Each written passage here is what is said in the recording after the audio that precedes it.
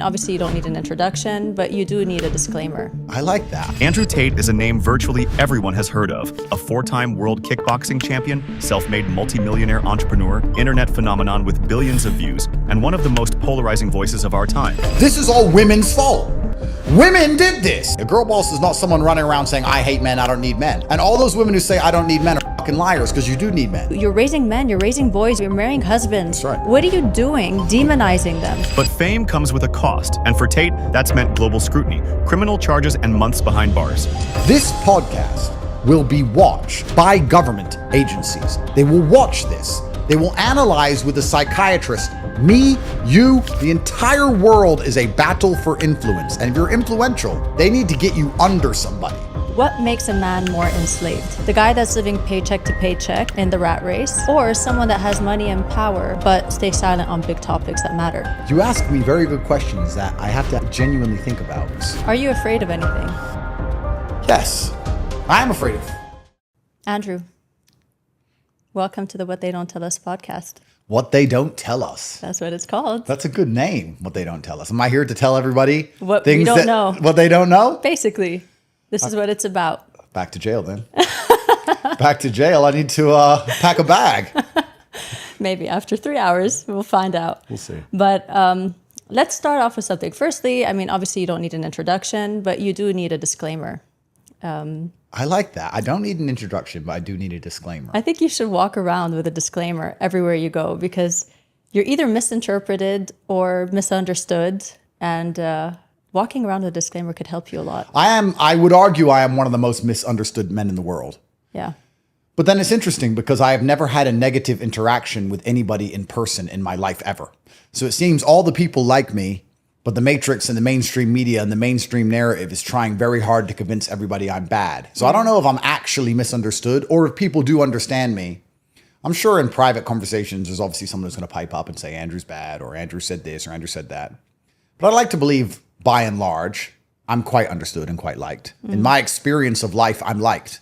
I only go through the world and nobody says anything bad to me. Everybody likes me. So yeah, maybe I should wear a disclaimer. If you have a brain, you like me. And if you don't, you don't. I mean, I guess that's the disclaimer at this point. But yeah, I mean, when I was studying you literally for this podcast, I was literally, because I'm the kind of person that reads between the lines. When someone says something obnoxious or weird or out of the box, my immediate reaction is not, no, I disagree. What the hell is that? I always say, like, why would he say that? That's so interesting. Let me see. Yeah. And then I listen a little bit further. And I like my podcast to also have that angle, because I do speak about very bold things on this podcast. And I'd like for people to understand that, you know, read between the lines. You don't need to take things at face value, because face value could be many things. And that one thing that I actually wanted to jump into is why people assume that. So before I go back to what I wanted to say, let's just jump straight into that, since we're talking about it. Have you read the book 48 Laws of Power? no. No. However, I do know the book, and I have seen there's a Twitter account and people tweet them all the time. You know, I probably should have read the book, but I'm petty. Yeah. Right? So when I see some skinny little dork who I could strangle to death tweeting about the 48 Laws of Power, I just think I'm not reading this book. That's how my mind works. That's why I haven't read it. Can I tell you why it came to mind? Sure. Okay, because they talk about the strategic self-presentation, and that reminded me so much of you. I'm going to read a quick passage from the book just so you... Maybe I you didn't can need to reference read it. I yourself. didn't need to read it. It's perfect. Everything is judged by its appearance. What is unseen counts for nothing. Never let yourself get lost in the crowd or buried in oblivion. Stand out. Be conspicuous at all costs. Make yourself a magnet of attention by appearing larger, more colorful, more mysterious than the bland and timid masses. Draw attention to yourself by creating an unforgettable, even controversial image. Court scandal. Do anything to make yourself seem larger than life and shine more brightly than those around you. Make no distinction between kinds of attention. Notoriety of any sort will bring you power. Better to be slandered and attacked than ignored. Is that you? That's the first time I've ever heard that, but it put a smile on my face. What's funny is, I completely agree with the latter point. There's no such thing as bad publicity. That's absolutely a fact. My brother and I walk around now like the Gambino crime family. We didn't have to kill anybody. It's kind of cool. So that's true. Although if you read that passage, or anyone who reads that book, it sounds like quite an easy thing to do, right? You'd say, okay, well, why don't you just stand out? If you just stand out, then you get to garnish power and you get to not be caught amongst a herd of the bland NPCs.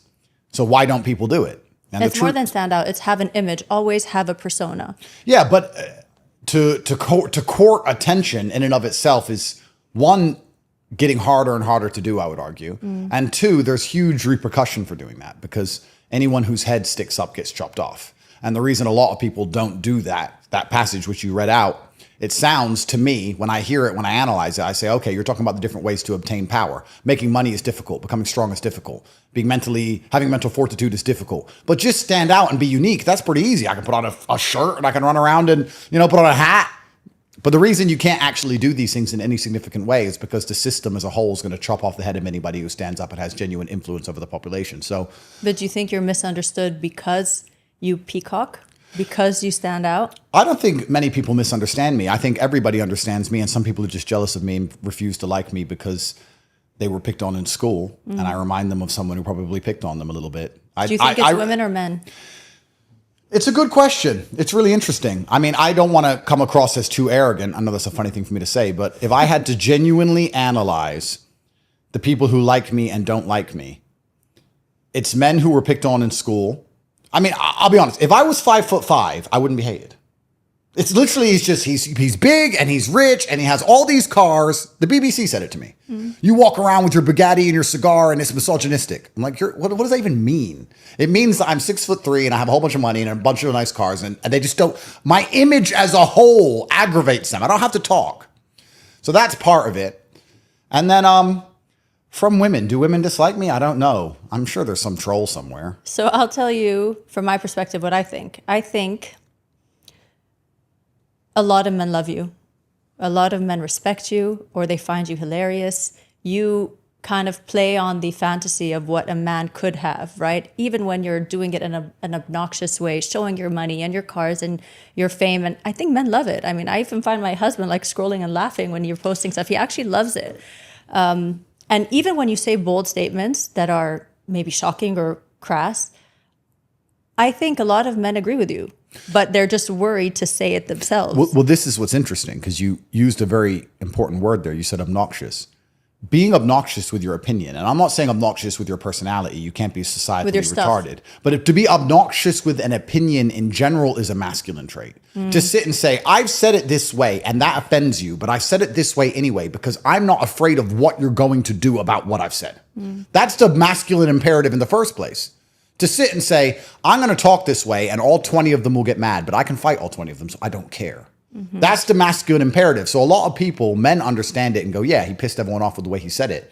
But that's actually a masculine way to do it. It's very feminine to sit and go, well, I don't want to make you mad, but I think that maybe there could be. Yeah.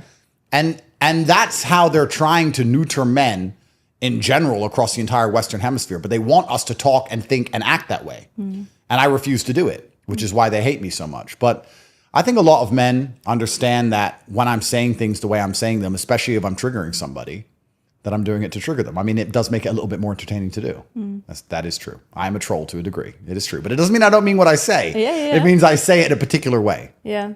I mean, would you say that, I think you're very intelligent, and I think that you know what you're doing when you're saying something in a bold, obnoxious, or headline news kind of way. Yep. And I think that is a major reason why you built a giant following.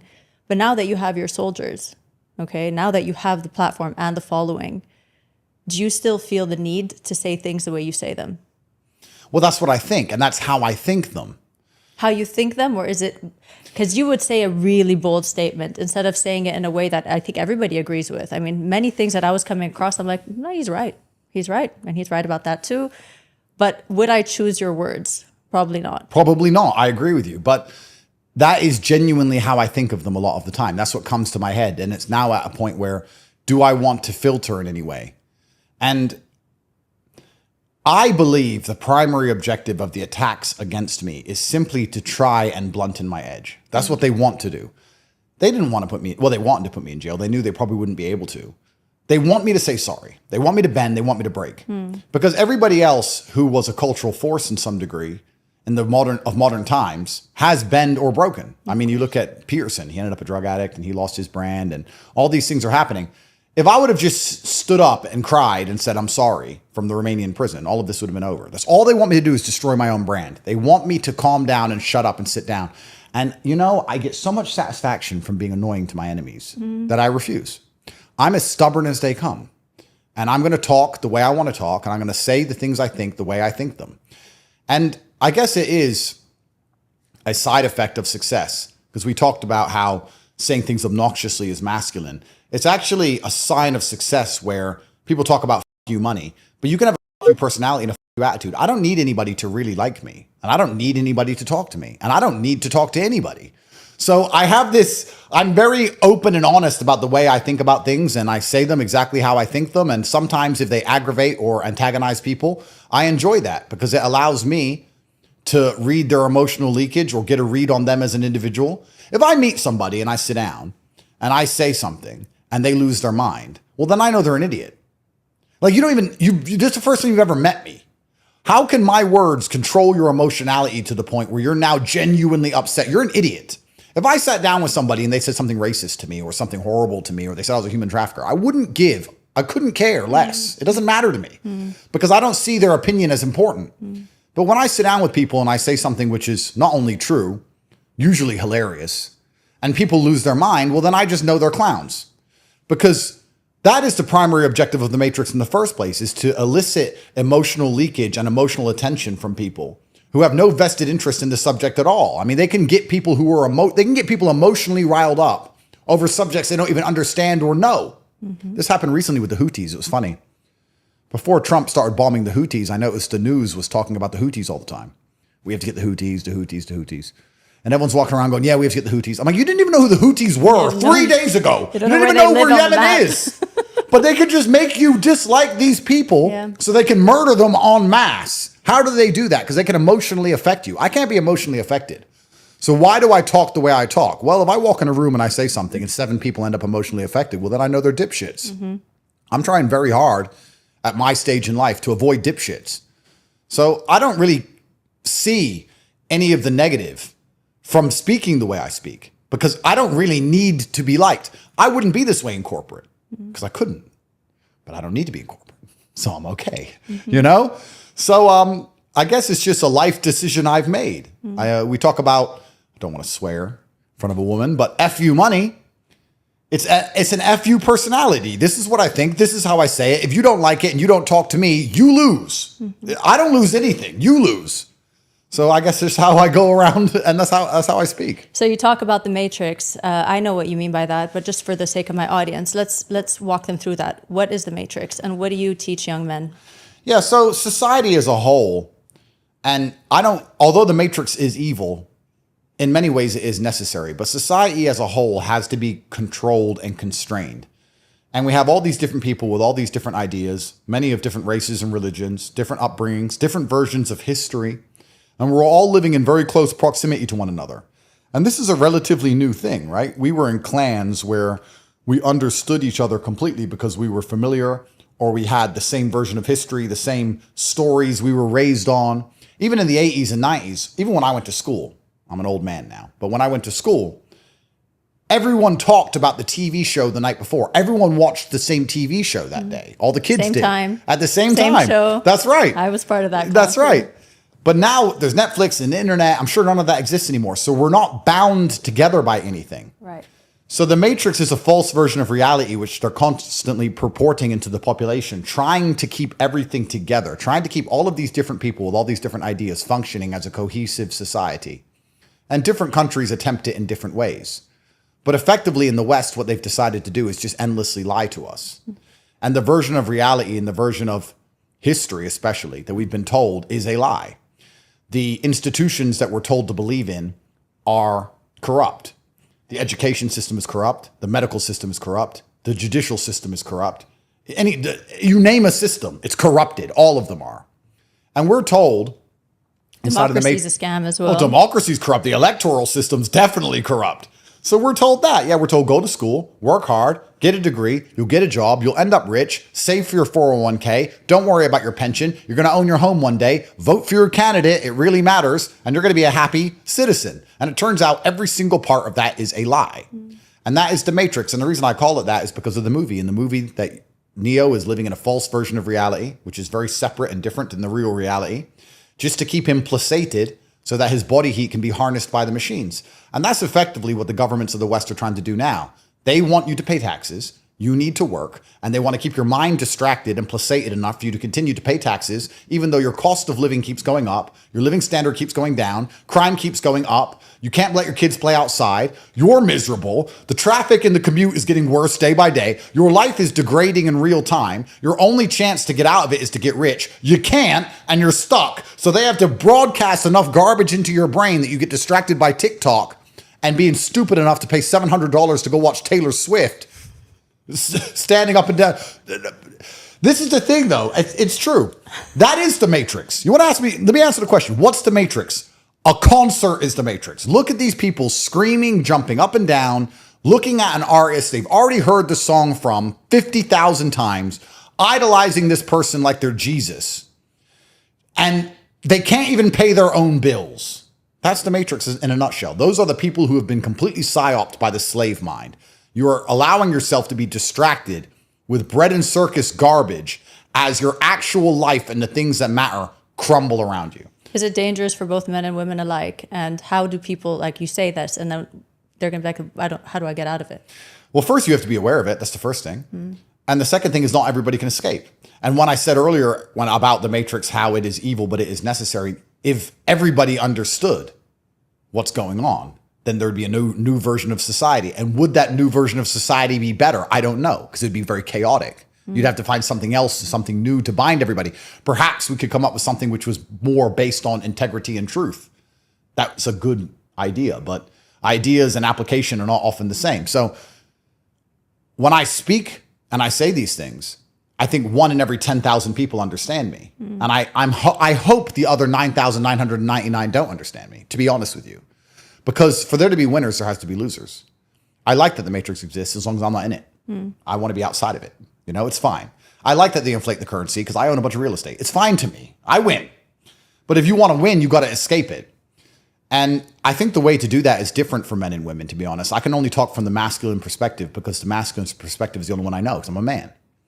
But in the world today as a man, and this kind of ties back into what you were saying earlier about standing out from the crowd, it is far more difficult to achieve a genuinely unique status than it's ever been, because money alone doesn't work anymore.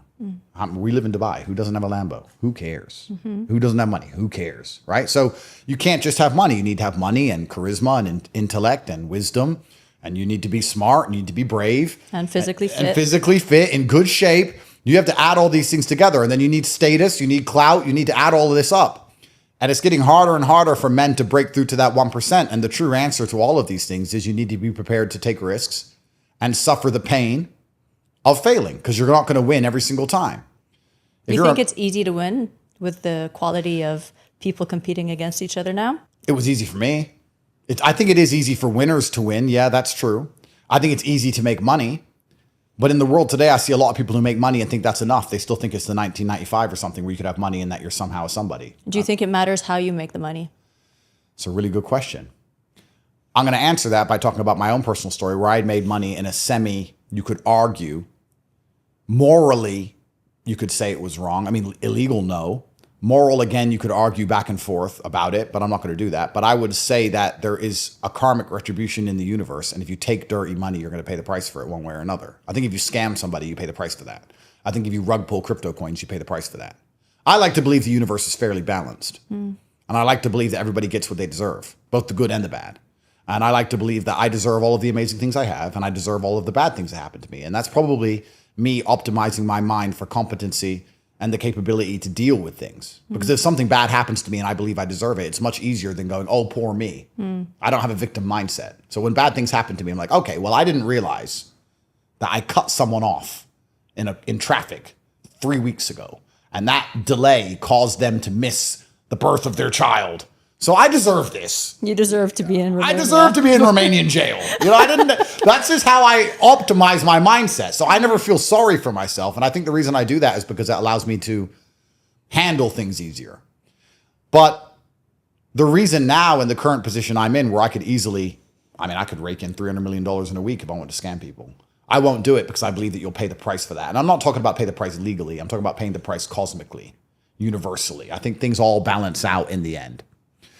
So by extension, to answer the earlier question about is it easy to win, I think that every single person watching this has exactly what they deserve. I think everything good in your life, you deserve it. Everything bad in your life, you deserve it. If you're important and famous, you deserve that. If you don't deserve it. You have exactly what you deserve. Where you are and who you are is what you should be. And if you wanted to be something else, you would be something else. So do you feel like all the false allegations, which all came out to be false against you, was that your fault, or was it, the media trying to get you down? The way the world has functions right now on bad press, bad media, your reputation is more detrimental right now than an actual crime. People want to get you for your reputation and not for a crime. Correct. So is that still your fault? Well, yeah. Was it fair? No. Was it my fault? Yes. What would you take responsibility for? Because everything is my fault. This is how I approach the world. If this building collapses, it's my fault. How so? Because as I walked into the building, I should have used my unmatched perspicacity and Aikido ninja mind to detect the crack in the foundations. Instead, I failed. I wasn't paying enough attention. I was looking at my phone, texting somebody, and now look, I died. My fault. I take responsibility for absolutely everything in my life. What they did to me was unfair, yes. But is it my fault? Well, I did attack the Matrix. I did go to war in a battle of influence against the most powerful governmental systems on the planet. I did say things which could have been taken out of context. I did hang around with hundreds of women. I did brag and be brash and run around in my Lambo with 3 girls in the passenger seat. I did all of this. Is it fair how they spun it and attacked me with it? No. But I don't think as a full-grown man, I can sit here and say it's not my fault. I still did certain things. Do you think that if someone runs up to me on the street and stabs me to death, is that fair? No. Do I deserve it? No. But is it my fault? Yes. I should have seen him coming. I should have heard him coming. I should have had security. I should have known he was after me because we argued the day before. Everything is my fault. So fault and fair in the amateur mind are conflated. In my mind, they're very different things. It's unfair what they did to me. Yes, they lied about me. Yes, I'm innocent. Yes, it was a setup, but it's my fault. Do you think that applies to women as well? They need to take the responsibility for whatever happens to them. Well, I don't want to get in trouble, but because with that logic, with that logic, and I see the point because I believe everything is my fault as well. Yep. But with that logic, then if a woman is wearing a short skirt and a bra and walks on the street, let's talk about it. Let's talk about it. And then she gets whistled at, she gets, God forbid, raped or hit on or whatever. Is that her fault? Yes. Now, in true misogynistic style, I'm going to have to say that women, by and large, and obviously exceptions do disprove the rule, struggle with personal accountability more than men, by and large. Correct. And I'm not saying all women. I'm just saying. But I mean, there's an exception to all rules, right? But we're talking here generally speaking. Yeah. Yes. And the reason for that is because when you blame yourself for things, you become competitive. And the world for a man is actually more competitive than the world for a woman. And women, to a degree, not all women, but some women manage to get by not being particularly competitive. They're just pretty or they know enough people. Mm-hmm. And they just go through life not really blaming themselves for anything because they don't have to optimize in any way. But if you want to optimize yourself, you always have to take fault for everything all of the time. I said something before about that the BBC still use against me to this day. I said that exactly what you said. I said if a woman goes out and she meets a man she doesn't know, and she's wearing a short skirt, and she gets drunk with that man, and then she sniffs cocaine with that man, and then she kisses that man in the bar, and then she goes back to that man's hotel room, and then cries rape, I blame the woman. And they said, in the BBC, Andrew Tate says women are responsible for rape, because they twist everything. And what I'm trying to say is that we need to have personal accountability in all things, because the world's not a perfect place, right? Am I saying she should be raped if she ends up in that hotel room? No. What I am saying is that the world's not a perfect place and people do bad things. And her, as an adult, should have enough personal responsibility to not put herself in a position where it's easy to allow bad things to happen to her. Just as I, as a man, don't allow myself to be in a position where bad things can happen to me. I won't go to Kandahar right now and get shot with an AK because I know that there's people there who might kill me. We all have to have personal responsibility, but the world is now skewed. And we live in this very unfair dichotomy of this double standard, which is applied to men, in this matriarchal matrix system where women are girl bosses and better than us at everything and beat us up on Netflix shows, while at the same time, anything that happens to them wasn't their fault. A man made them do it. And we have these two things sandwiched together. And as a man, you're stuck in the middle. Imagine you're a 17-year-old boy, you're going to school, you're watching Netflix, you're watching TV, you're watching these things. They're telling you women are better than you at everything. They're trying to make you into a girl. They're trying to make you talk like a girl, think like a girl, be a girl. You turn on Netflix, the mom is smart, the dad is dumb. There's a little woman beating up 55 men on every single TV show. Your masculinity is permanently under attack. But then you get a girlfriend and you're with her for a few months, then you break up, and then she cheated on you, but that's your fault because you could emotionally manipulate, or you were a narcissist. So everything she does is your fault, but you have no authority, but you have all the responsibility, but you're also her inferior while capable of making her do things she doesn't want to do. Like, it doesn't even make sense. I think this double standard as well of how they're raising women and men these days to believe that women are taking the place of men and there are no men and you should emasculate yourself a little bit so that there is equality, right? But then when men and women are dating and they're in relationships, all of a sudden a woman is going back to her instinct and she's like, but why aren't you leading? And why aren't you providing? And why aren't you, leading the household? And you're like, okay, but I thought that's not, like, did you not want this? I mean, I'm so confused because mainstream media is saying that it's offensive now to tell a woman that I've got you, right? Exactly right. And that's why the birth rate's collapsing. That's why marriage is collapsing. That's why everything's over. You know, I recently watched this. I witnessed this recently. We're talking about how, and we can actually talk about this from a biological perspective, because we talk about how women don't want to take accountability for things. But one of the reasons they get away with that is because men, by and large, as a society, allow women to get away with these things. Yeah. Because we are programmed to protect women. Because if you have 100 men and 100 women and a war comes, the reason the men go fight, because supposedly the patriarchy was so evil and mean. If you listen to a feminist, history is patriarchal. The patriarchy is disgusting. Turns out it was men who were dying in a ditch, getting shot while you sat at home with the kids. But no, we were supposedly bad. Why do we send the men to go fight? Because if it was truly a patriarchy, we could sit around and say, I'll send my women against your women. Baby mama battle. I'll send my chicks. You send your chicks. They can fight. I'm going to sit here. I'm a king. I don't have to go fight and die. Why? Because if you have 100 men, 100 women, and 95 men die, well, those 5 men can still impregnate the 100 women. Your tribe will survive. If 95 women die with 100 men, your tribe's over because you can't reproduce fast enough. So men have been programmed evolutionarily across thousands of years to protect women by and large. And you see this all the time. And that has been hijacked now to the point where women, when they don't want to take responsibility for their own actions, have men jump up and jump around them to defend them. This happens all the time. A porn star will come out after doing 500 porn scenes and say, I was fooled and tricked. My mom was a drug addict and it was unfortunate. And then this manager met me and he seduced me. And now I'm suing him because I didn't want to. That's what she's going to say. And whether that's true or not, you could debate. But what's interesting is thousands of men will start going, yeah, poor girl. Instantly defending her. They don't even know if what she said is true. She could have come from a white picket fence Christian household. She just made it up. With Me Too movement, women don't lie Defend anymore. all women. Women don't lie. And I saw this very recently with Lily Phillips.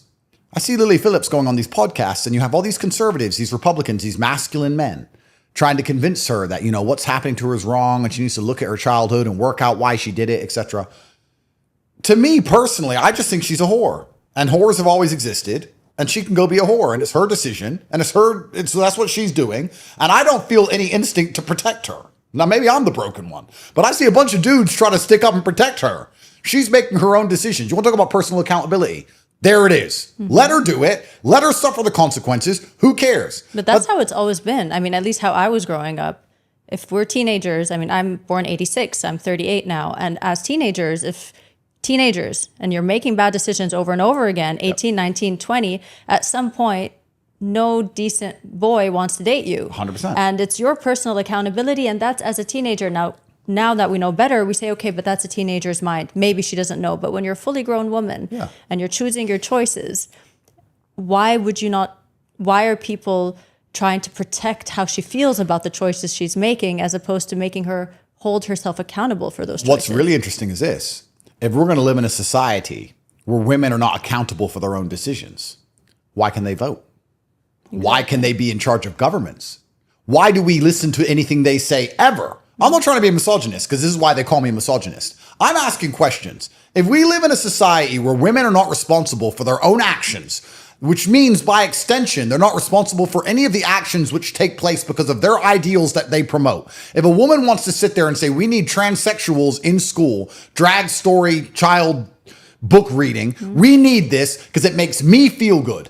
But I'm not responsible for what happens to those children. I'm not responsible, and I'm not going to take accountability for how bad an idea this was. I just want it so I can say I'm a good person. My question is this. Until women are prepared to take accountability the same way men are, why do we listen to anything they even say?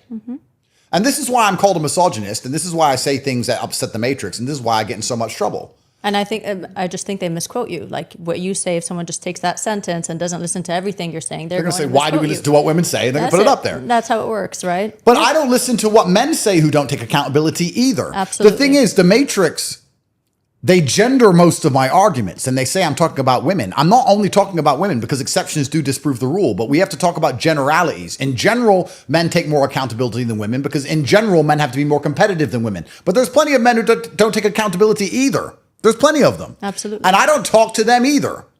And that's one of the reasons why, I judge people on their appearances all the time. I judge books by their cover all day, every day. If I look at you and I feel like you're weak, I don't believe you have personal responsibility. I don't believe you have motivation. I don't believe you have dedication. I don't believe you can keep donuts out your mouth. I don't believe you have any self-control. I don't talk to you. I don't like you. Call me fat phobic. I don't care. That's my decision. I'm rich. I don't need you. So I don't talk to you.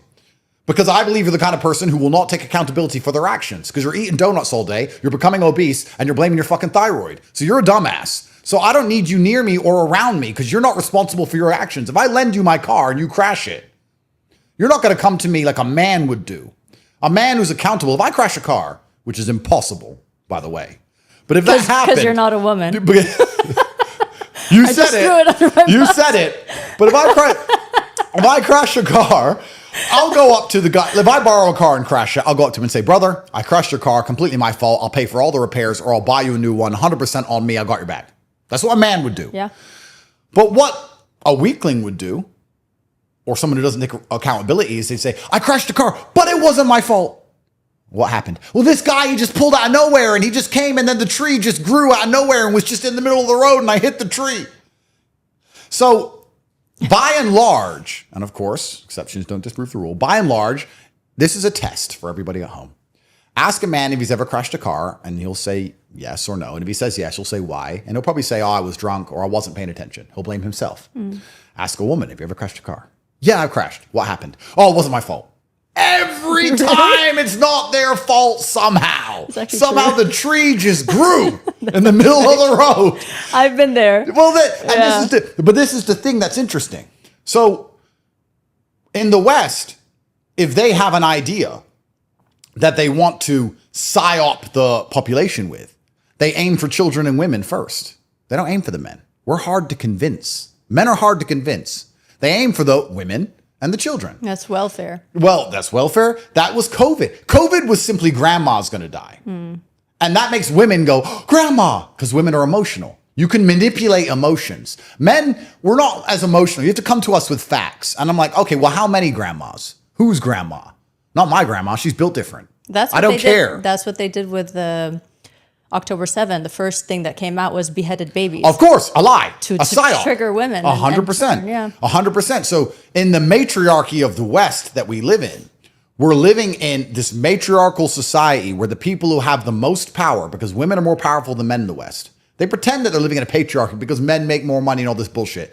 There is not a single law in the Western world that benefits men over women. And I can name endless laws that benefit women over men. A woman can destroy a man's life at random with a single accusation and no proof. She can take his house he worked for. She can take his children. She can take his money. The richest women in the West, the top 10 of them, got it all via divorce. Men get wrecked by chicks. Chicks run it. It's female world. And I'm saying that they've done this on purpose so they can come along with emotional arguments. Because emotional arguments are a very easy way to psyop people. We need to remove the border. We're going to let in as many people as we want. Here, look, there's a kid. Look at the kid. He's crying. Oh, well, my answer is, does he have a passport? Because if no, he can't come in. He should go cry at the passport office in Mexico. I don't give a shit. Whereas a chick will be like, oh, the kid. Emotional arguments. Women are emotional. Women do act on impulse more than men. But also, and I have to say this caveat because this is true. That's your beauty. But I don't see it. I mean, if a guy tells me you're emotional, I'm like, yeah, exactly, correct. That's the superpower. Why would that offend me? It's absolutely true. That's the superpower, and this is the thing that's so misunderstood. When I say these things, they think I want women to act like men. No, I don't. But I think we have our own powers in our own way. I mean, I think there's a lot of, I know how to hold my household together. I know how to take care of my husband. I know how to get shit done in my house. 100%. I do all of those things very comfortably, better than my husband, but because I'm a woman and I will take pride in that. Yeah. But I don't want to step into his terrain of the things that he's good at as a man and try to take custody of that as well. Well, then you've nailed it. This is exactly right. We're very separate. We have different power structures, different capabilities. Women can do some things better than men. Men can do some things better than women. The problem with Western society as a whole is that those jobs have been inversed. So I'm not saying I want all women to think and act like men. Women are just as powerful as men. We just have very different, distinct roles. You can't argue that a boat is more important than a plane. It depends. Well, you don't want a plane on the ocean, and you don't want a boat in the sky. So we do very different things.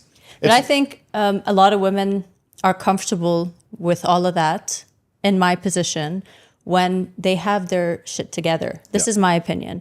Because I have purpose, because I have drive, because I want to grow and build things in this world, and I'm very comfortable to be very soft in my feminine energy. I'm always cooking for my husband. I don't even let him order without coming to me first because I want to take care of him. I want him to be, happy when he's with the boys playing cards. I'm always serving everybody. I love doing that, gladly. And the boys are always like, oh my God, Tracy's always like all over her husband. I love it.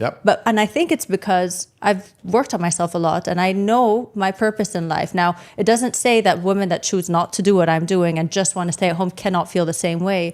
But I feel a lot of the people that have this modern feminist mentality are speaking from a place of insecurity because they're lost. They don't have control over their lives. They don't have control over their finances. They haven't met a guy that could help them out or have a leader in the family, and they don't know how to take care of themselves when they're single. So they go for the easy way to make cash, the ways that are probably not, the OnlyFans, for example. Most feminists that are screaming at the top of their lungs are making money in the West on OnlyFans, and they call that feminism. They call that freedom and an empowerment. Well, I understand it. And the world is a very difficult place for young men, and it's a very confusing place for young women. For young men, it's difficult because when I was 16, 17, Dubai didn't exist, but I didn't know where Monaco was. I didn't see Instagram reels of Monaco. I'd never seen a Lamborghini in my life. The women I was talking to in school had never seen one either. Like if you're an 18, 19-year-old kid today, the girl in your college who you like, who's 18, 19, she has millionaires blowing up her phone, trying to fly her all around the world. You're just a Joe average brokey. So it's very difficult to be a young man.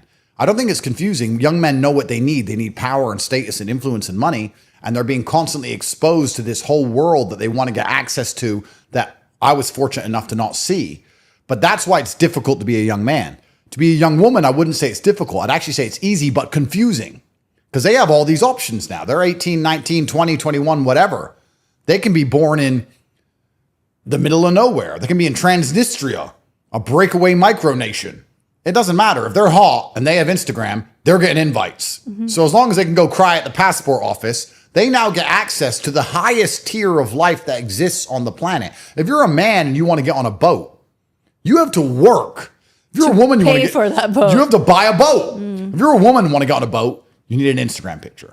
So life can be easy for women materially at the cost of their soul, and it's very, very confusing for a woman because what do you do as an 18 or 19-year-old girl? Society used to have an easy laid out path for people. A woman would meet a man, they'd fall in love to some degree, they would have children, they would be married, she would become a mother. By the time she's 22, 23, that was what women did. And then for whatever reason, feminism came along and women decided that the patriarchy is terrible and they didn't want to listen to their husbands and they wanted to be set free to make their own decisions, for better or for worse. We gave it to them, and now they've been set free. So what do 18 and 19 and 20 and 21-year-olds do now? They run around talking to dudes on Instagram, trying to get Birkin bags and Instagram likes. And they can only do that by hyper-promoting their sexuality, as you just described, so they can get as much attention as possible, because the laws of power, 48 laws of power, as you described, you have to try and garner attention, whether it's negative or positive. I'm one of the most Googled men in the world, and I said Lily Phillips' name. Why? Because you go. That's the bottom line of it. It's truth. So women are just using their sexuality now to try and get as much attention as possible. They're being thrown out into a dating market with the most desirable men on the planet. They end up having to share a man who can get any girl he wants, because they only want a man of a certain status, and all women want him. So there's 1,000 women per one man. They're running from dude to dude, relationship to relationship, getting their heart broken over and over and over again, until they eventually realize they have to settle down to some degree. Then they end up upset that they can't settle down with the kind of guy they were with 10 years ago. Mm-hmm. They get into some resentful relationship to eventually have children or offspring or whatever it is. Like, everything is completely broken now. And it's broken because women said, we didn't want to listen to men anymore. We don't want to the patriarchy. We don't want to have to obey our husbands. What's interesting as a thought experiment, and I don't know, women will have to answer this, but if I were to analyze it logically, I would say, every time I see a woman complaining that men aren't loyal, let's say, for example, I say, you did this. Men were loyal when they had to be. A man met a woman. You were in high school. We had to get married to have kids because society expected us to get married to you. So we had to, and we had to take care of you. You're complaining that you need help. We had to give you a house. We had to work. We had to raise the kids. We had to be loyal to you. We had to be home every day. We had to take you to church on Sundays. We had to. Then you said you don't like listening to us because we expected you to cook dinner. You didn't want to cook dinner and you want liberation. So now what are you doing? Now you're running around chasing men who have all of the options on the planet. And you're wondering why he's not loyal to you. Well, you want him to sit down with only you. How many beautiful women in the world are blowing up his phone? He's the guy with the yacht. There's lots of space on the boat. You know how I see it, though? So tell me what you think about this. You get married. I know you're not married, but let's say you do get married. And I don't know the type of woman that you would marry, but assuming she's the kind of woman that is intelligent, she works, she has her own ambitions, but she's obviously available to take care of you and the house and everything, right? Do you ever feel, firstly, that you can be, does a woman inspire you ever? Does your wife help push you? Again, it's subjective and it's different because you're in a place where you've already made it, right? But assume you're in this situation for other men out there. Is it normal for you that your woman inspires you to be better, that you would always bounce ideas off of her, build with her, grow with her? Or do you not believe that that's the woman's job in your life? I think a woman would inspire me to be better so that I could provide for her and protect for her better. I think that me personally, I get all of my happiness via proxy. So my woman inspires me to be better because I can make her happier. And I'm only happy if she is happy. I'm only happy if my children are happy. I'm only happy if everyone around me is happy. I don't get happy by myself. I exist via proxy happiness. So I think to a degree she would inspire me. Yes, that's true. And I'm not saying that people don't get married anymore. I'm not saying any of these things. What I'm saying is that women in their years where they would have had a very clear purpose, where they're at the height of their reproductive years, for example, they're at the height of their hormones. Their clear purpose would be love my husband, have children. And now they don't have that. They just have social media, distractions, endless offers, money, gold digging, OnlyFans, dating left, right, and center, Taylor Swift, bullshit on the news, all of these hormones inside of them. They're told they're a boss, but they also don't want to work, but they also should work, but they also should have all this money just because they exist. And then they know this other girl who has all this money because she's dating 6 or 7 different men, and they're just running around sleeping with everybody. And my question is that better for society than a woman meeting a man, falling in love, and getting married? Definitely not. So everything's a mess. But it also doesn't work for society again, I think both are to blame because Let's hear the men's fault. Let me hear the men's side. I don't think it's the men's fault. I actually think it's both of their faults because you're kind of you're creating the society amongst each other. So at least in my day, it would never happen ever. If somebody calls me and says, "Hey, do you want to come on this boat?" I'm like, "Sure." Like there's no no matter what the boat is, Of no course. matter where it is not possible, because course. my values will never allow for any guy of any status to think that just because you're going to offer me so-and-so present or offer me so-and-so trip that I am going to go all the way there for you. No way in hell. Yeah. Like, this is my principles. And I think there's a lot of women, at least in this part of the world, that think like me. But also there's many and many and many that don't. It is such a common thing around in some groups of women to talk about them being invited by men and men buying them stuff. I don't have that with any of my girlfriends. None of my girls are the kinds of girls that will ever take a present from a guy for no reason. Yep. It would never happen. Yep. And we all have amazing husbands, great hardworking men that are trying their best and that are building and growing. And we build too, and we grow too, and we're happy. But then there's this dynamic of what comes first, the chicken or the egg? Is it because the men are like, here you go, and the women feel empowered? They're like, yeah, so I mean, I'm empowered. I can take what they're offering and do what I want to do. Or is it the other way around? Well, I'm going to answer that question. Yeah. I'm going to answer it because I would argue that when society functioned the way it previously did, where there was a man and a woman and a husband and a wife and a family and a small home and children in it, I would argue that men didn't want to give up having a wife and having kids that they take care of and going to work, because most men still want that now. Women wanted to give up having a responsibility and a duty to men. Men still want that. Ask the average man, what do you want? I want a woman. I want some children. I want her to listen to me. I want her to be loyal. I don't want her to be a hoe. I don't want her to talk to anyone else. Men still want the same thing. Women have changed. Most women, of course, exceptions exist. Most women don't want to obey a man anymore. So women changed the game, and women said, we don't want to obey anymore. We're going to change the way society functions, because they thought it would be fun. And they thought that they would have this liberation and girl power and all of this garbage. So now we're in a situation where we described how the girls act. Let's describe how the men act, because there's two categories of men. The men who can get girls and the men who can't. Well, the men who can't get girls, they just sit online all day and have checked out of society. They play video games and trade crypto and smoke weed. Now, the system by and large has no problem with them, because although the population is collapsing, although there's a population collapse, they're just importing people from other parts of the country and destroying cultures in real time to keep the populations up. The reason they have no problem with the people who don't reproduce and have a wife and have kids and have family is because it's very difficult for a man to stand up and protect a society if he has no vested interest in the society. He can just leave or check out, right? If a society is collapsing all around him, but he has a wife and kids, he's going to want to stand up and protect his home and house. If he just sits in his bedroom playing video games and society is collapsing, he makes memes and thinks it's funny.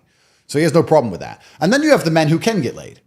And the men who can get laid have worked very hard to put themselves in this position. They've worked very, very hard to finally achieve the status and the wealth and the capability to be attractive to women in a hyper-competitive dating market. They're spoiled for choice. All of the beautiful women in the world, to some degree, want a man which is semi-like them.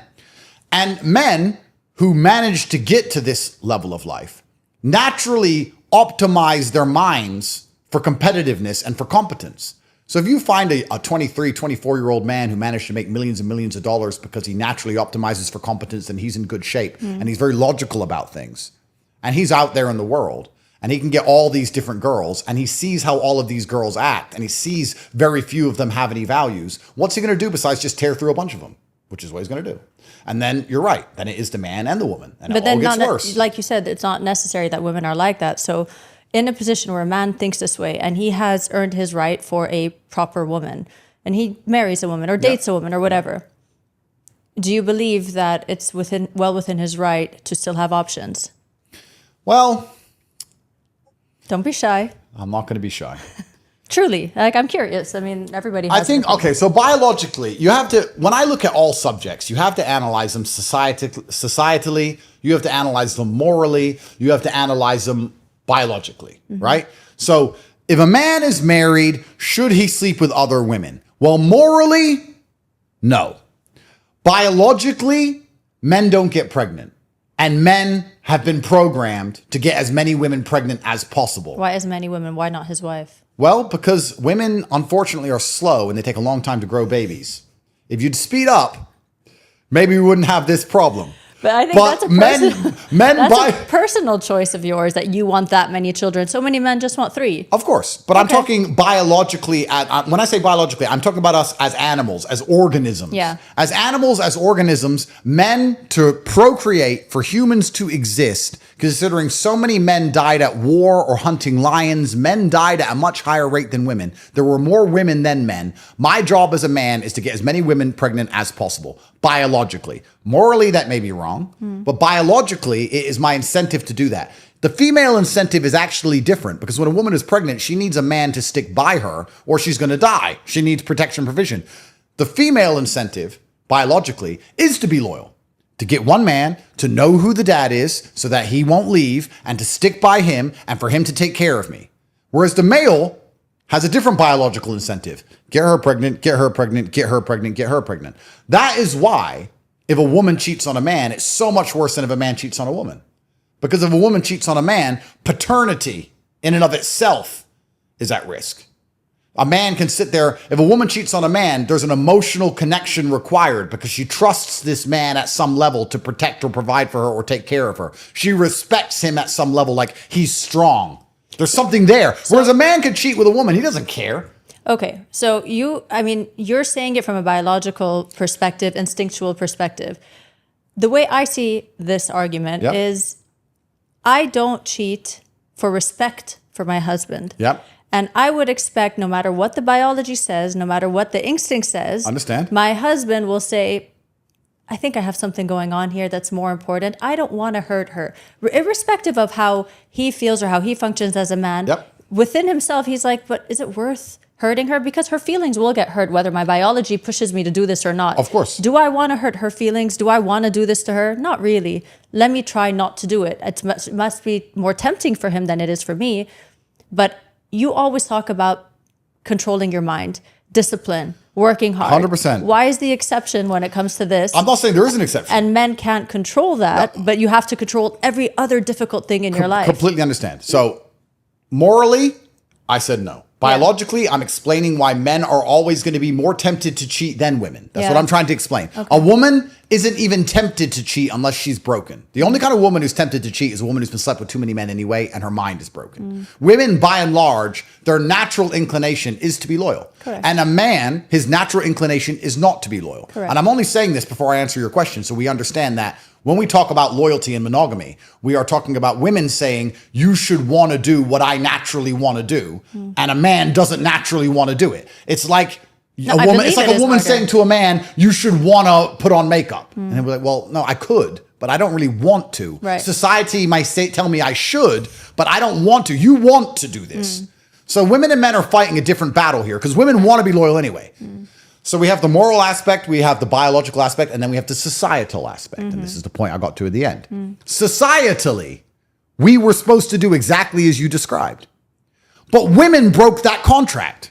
Women broke the societal contract when they decided to not listen to men anymore. What man in his right mind would get married in the West? I feel like the sanctity of marriage is not respected by men or women nowadays. I totally agree with that. Yeah. Of course it's not. It's destroyed. So in the West, it doesn't even make logical sense for a man to get married. Why would he? I mean, you have to be an idiot. You have to be a simp or emotionally, like, I'm at the point now where I see a man in the West, and I'm not going to talk about the Arab world because it's different. There's a lot more tradition here. It's many years behind. But if I see a man in America getting married, I look at him like he's a simp. I'm like, you're an idiot. You're a dummy. For what? What are you marrying her for? Like, I mean, okay, if she's your high school sweetheart, cool. But no, she's not. She's a stripper. You met her in a club in Miami. So what are you doing? Why are you marrying her? This is all women's fault.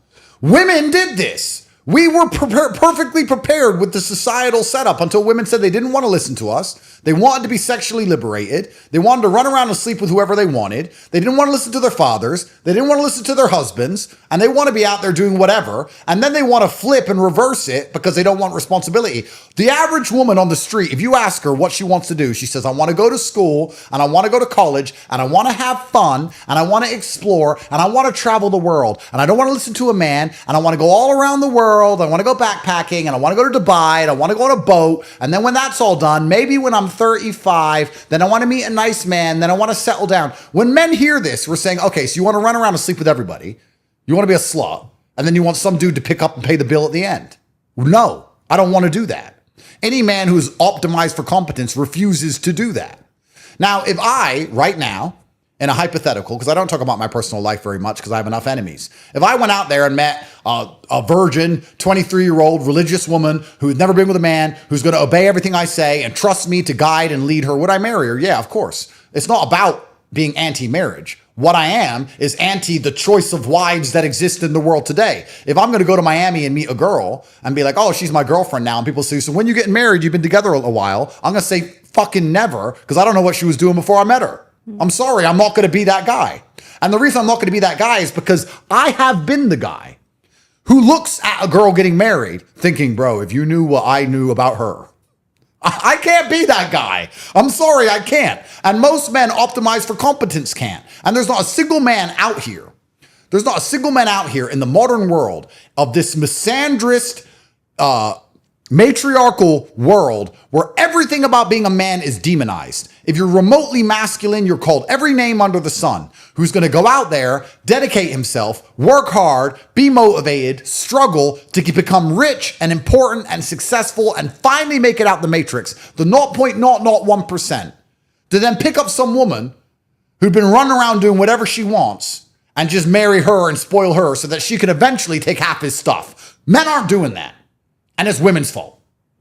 I see that. I mean, I'm Arab. I know what men feel here and I know what they think. And for a lot of men, when it's a woman, obviously not the girl that dated a couple of guys before she met somebody, but the one that's running around and chasing the money and chasing the boats, no man I know would want to marry a girl like that. Unfortunately, this is the reality of things. And I think in a lot of high value women, in a sense, I hate using that word now, but high value women, they also would not want to date the random guy that always has 5 hookers on his table. Well, I think it goes both ways. That may be true. It may be true. Trust me, I'm speaking for women that I know personally. If it's the kind of guy, it may not be as difficult.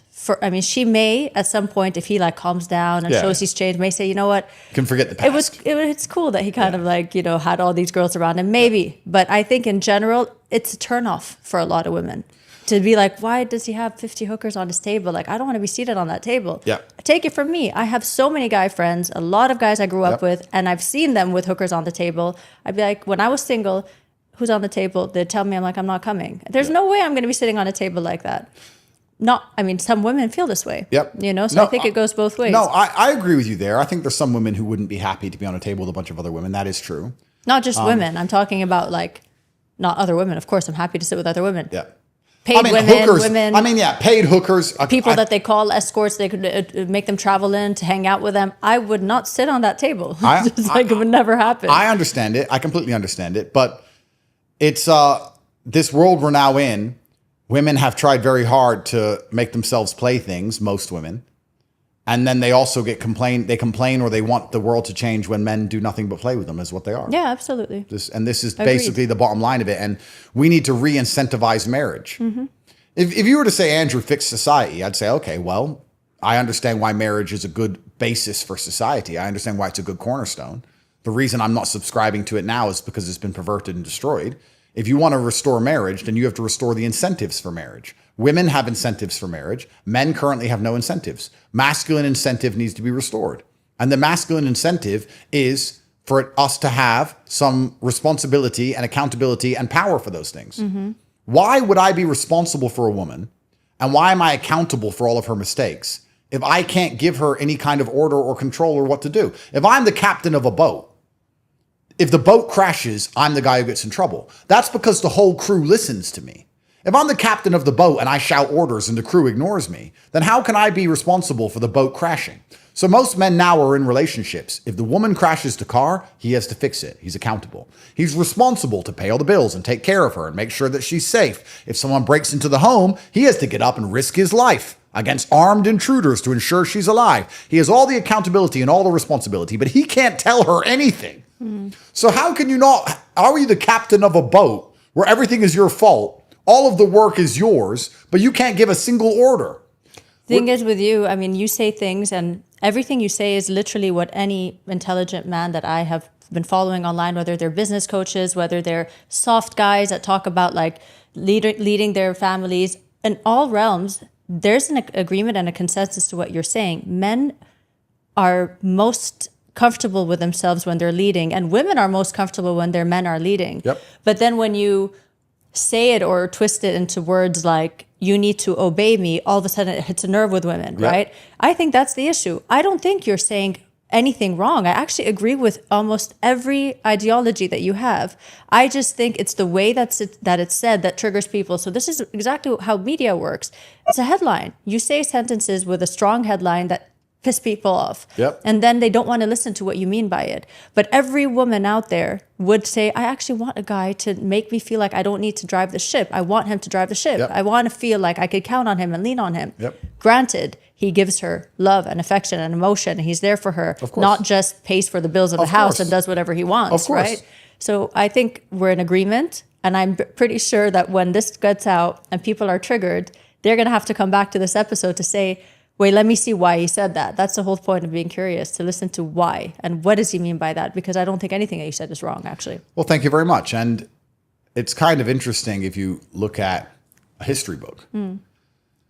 All these different cultures and different civilizations which never even met operated the same way. The man was the warrior and the protector and the provider, and the mother and the woman was a mother who was in charge of the home. And this was the synergy between the man and the woman. Whether it was the Aztecs, the Chinese, the Mongolians, it doesn't matter where, the whole planet, men and women operated the same way. Right. And this is not an idea that could have been spread because this is cultures that never even met. The Aztecs never met the Chinese. These are very far away. Yeah. Why did things operate this way? Because it's the natural order of things. But now we have enough technology in many ways, not To just show you options as well. well, now we can mess with the natural order of anything. So now what we're doing is we're messing with the natural order of everything all of the time. And we're trying to psyop everybody at home into believing that destroying the natural order is going to make things better. But of course we don't know because it's untested, it's untried. What's actually funny about everything, I've always found this quite interesting, is that as we disrupt the natural order between men and women, it's actually hilarious how it's still men that have to enforce all the female ideals and all the female power anyway. It's still men who have to end up enforcing it. It's just men who have been cucked by the system to some degree. I got in an argument with somebody when the Taliban retook Afghanistan. And the Taliban, I was on Piers Morgan, and he sat me down and he said, what do you think about the Taliban preventing women from going to school? And I said, well, I don't live in Afghanistan. I'm not Afghanistani. I think the Taliban have a very difficult job to try and be the government of a war-torn country like Afghanistan. I'm sure that their decisions are not always perfect, but it's their government and they're a sovereign nation, and we believe in sovereign nations, don't we? So they made their own decision. And he said, well, don't you think that's disgusting? Don't you think that girls should be allowed to go to school and we should do something about it? And I sat and said, why don't the women do something about it? Why do men have to go die? I thought, no, this is girl empowerment now. Girls going to school, girl power. Girls need education, girls. So if it's all girl power, why do I, as a Western man with nothing to do with Afghanistan, have to strap on a backpack and I have to go die? Turns out there is no girl power without men prepared to die for it. There's never been girl power without a man behind it. There's no such thing as girl empowerment. There's no such thing as a girl boss. There's no such thing as any of these things without a man at some point who's prepared to defend the girl. So it turns out, as we disrupt the natural order, and we're living in this matriarchal insanity of the West, and all this girl power garbage, behind it all is still a man at some point enforcing it, which just shows how false it all is. I think a girl boss is a woman who gives her man status, which is what we've talked about because she's not a whore and she hasn't been all over the place. A woman who gives her man status, inspires her man to take care of her, gives him the things that he can't find out in the world without her, has a happy family with him and a happy home. That's a girl boss to me. A girl boss is not someone running around saying, I hate men, I don't need men. 100%. And all those women who say, I don't need men are liars, because you do need men. Because the second you get in trouble, you're going to call a man. Whether he's a police officer, a mechanic, or a fireman, he's a man. He just doesn't have sex with you, but he's still a dude. 100%. So there is no girl power. It's all made up. Yeah. It's all made You up. don't hear men going around saying men power. You know, it's just like, okay. Yeah. Well, I think it's like ridiculous, right? course. The only reason we do this is just, I feel like, when you have the insecurity of where you are in your life and you just want to make some noise. And I think this is a very much of a first world problem. A lot of people just screaming this at the top of their lungs just because there's no other real problems to deal with. And at the end of the day, I mean, where are the feminists when the transgenders wanted to go into the bathrooms of little girls, right? Interesting, that, isn't it? And so then who's the one that got them out? Well, Men. Men, that's right.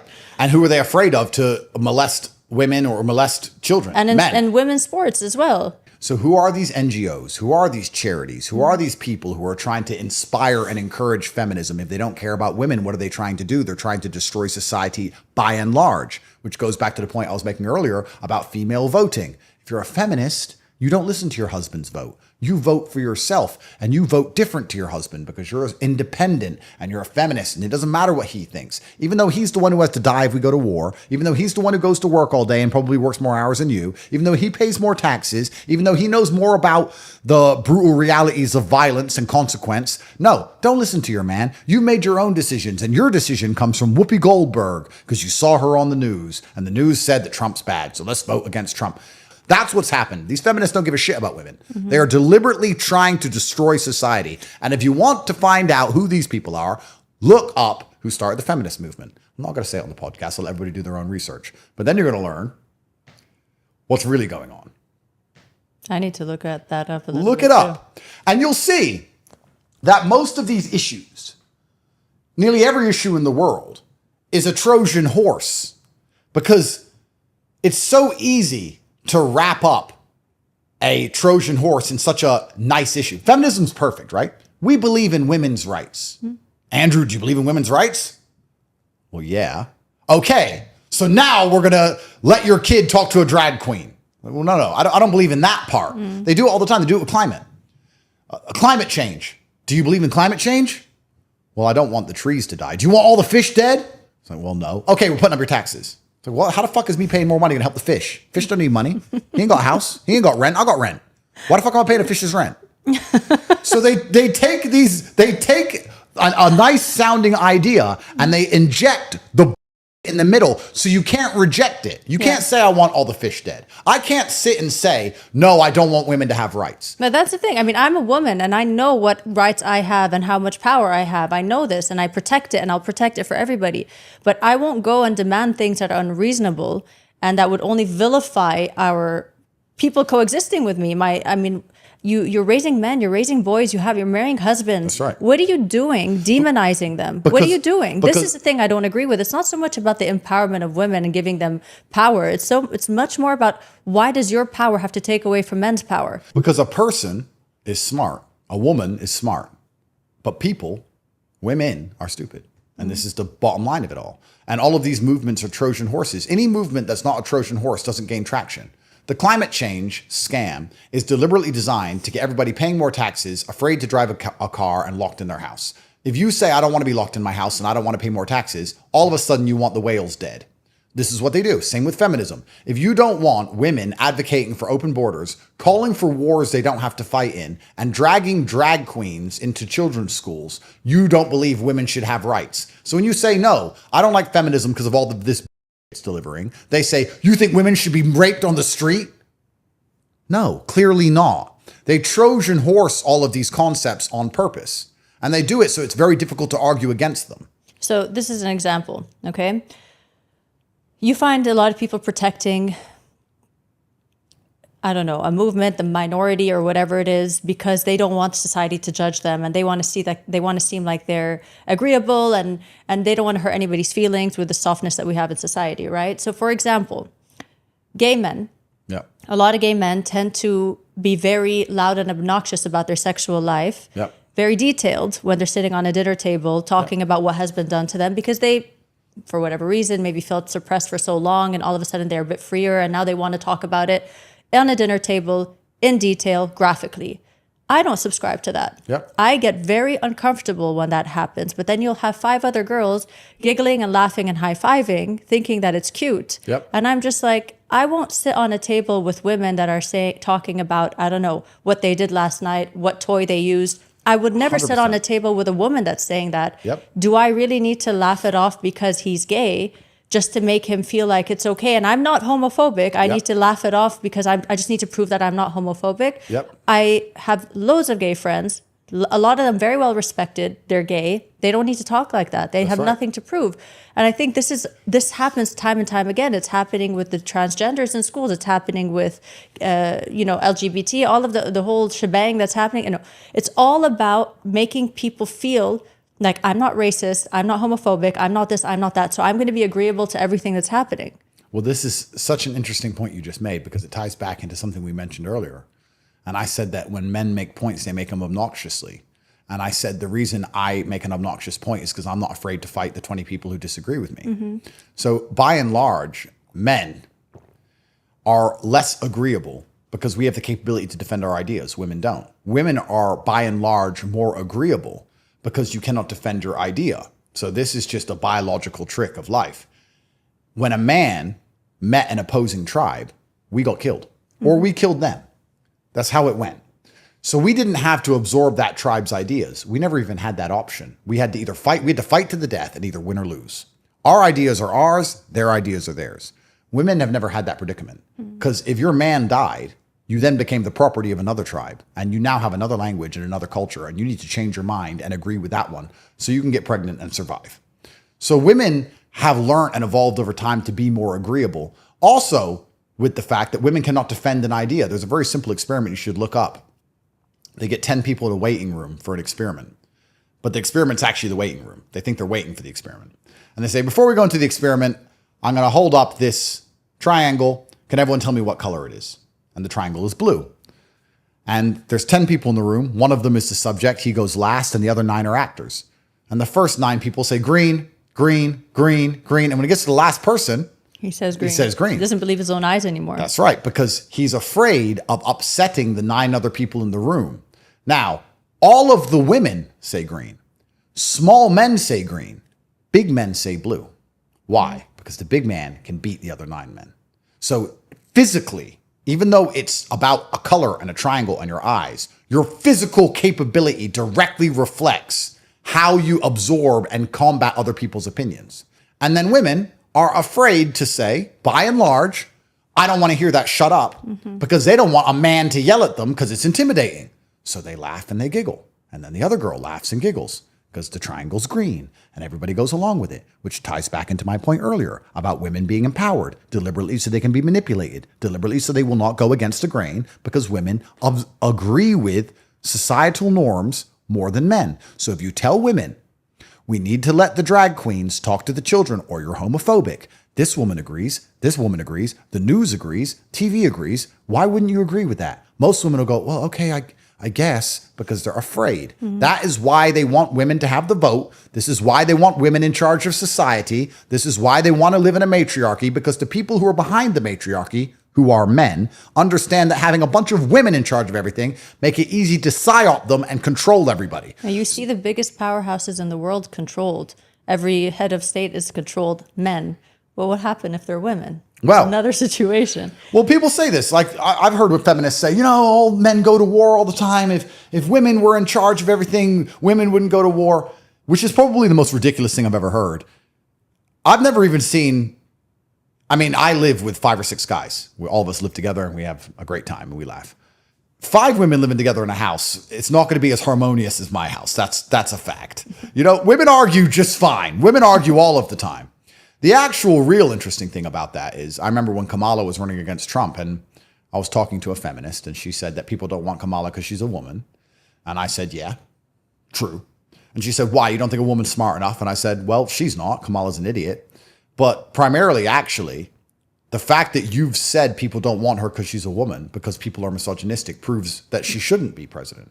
Because do you think that the male presidents of other nations are going to respect her? Do you think MBS is going to respect her? Do you think Putin is going to respect her? Do you think Xi is going to respect her? You saying that people aren't voting for her because she's a woman and men don't respect women is actually proof why she shouldn't be in charge in the first place, because no other masculine leader is going to respect her, especially her because she's a dummy. At least get a smart chick. You need Thatcher. Thatcher was more man than most men. I think the time will come.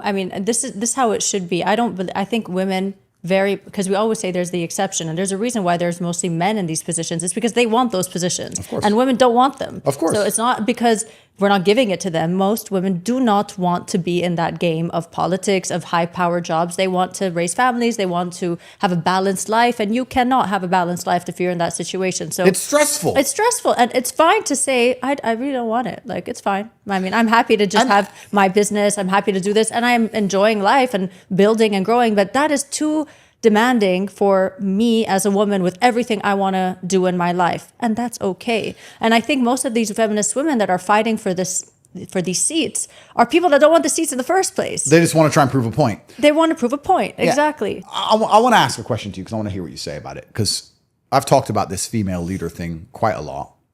And I said I would never like to live in a country with a female leader.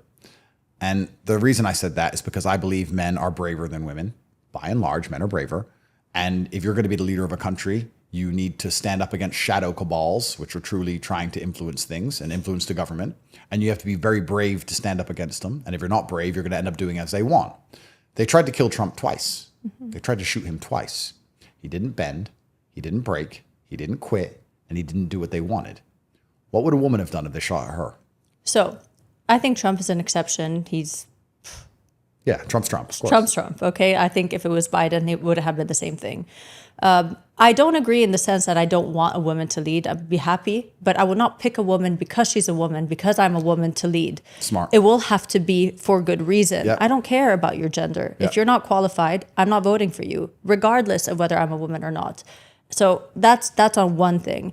On the other end of things, I think that you will have people speaking and building and creating the whole system with you. Even if she's sitting as a woman president, and we know this with the men presidents, they're sitting in that chair, but most of the time, hundreds of people are making decisions with you. So I don't care if that's a woman in the seat. I don't think that I'm in jeopardy or not safe because a woman is sitting there, because surely she has a team making decisions with her. I agree. That doesn't hurt. It's just a matter of pick wisely, not based on the gender, but based on who's qualified. And I think most people, the masses, are so biased that they pick based on religion, based on race, based on color, based on gender, and not based on qualifications. Identity politics, and I completely agree with you. However, I agree with you. Everything you said is true. But I would argue that bravery is part of the qualification. And I would also argue if a woman stood up and got shot like Trump did, 99.9999% of women would have then, even if they won afterwards, when they had the meeting with the person who shot at them, did whatever that person wanted, which means they wouldn't have been the true leader. You need someone who's prepared to risk their life. Men, by and large, are prepared to die for an idea bigger than themselves more than women do. So you I can name right now a bunch of examples of men prepared to die for an idea. And I've never tried to do this, and I'm going to try. Let's name a time women have been prepared to die for an idea, because that is the prerequisite of being a leader. I'm ready to die for this country, and for the good of this country, I will give up my life. That is a masculine decision. Women don't make decisions like that. Women go, well, I want the country to do well, but I'm not going to die. I mean, I'm only the leader. I don't want to get shot. Let's calm down. Sure, I'll sign that secret contract. Women are very self-preservationist. As they should be, because we described earlier with the tribes, women need to survive. Men want women to survive. Women want women to survive. Women are very selfish and very self-preservationist because it was good for humanity. But that does not make them a good leader. So the reason I would say bravery is so important is because if you're the leader of America like Trump, you're prepared to die for America. Men are prepared to go die in wars for their country. We're prepared to stay on the Titanic for honor so we can die on a boat and freeze to death so we're not known as a coward. We'll die for the idea of honor and dignity. You cannot think of a single idea. You cannot think of a single idea that a woman will sign to die for.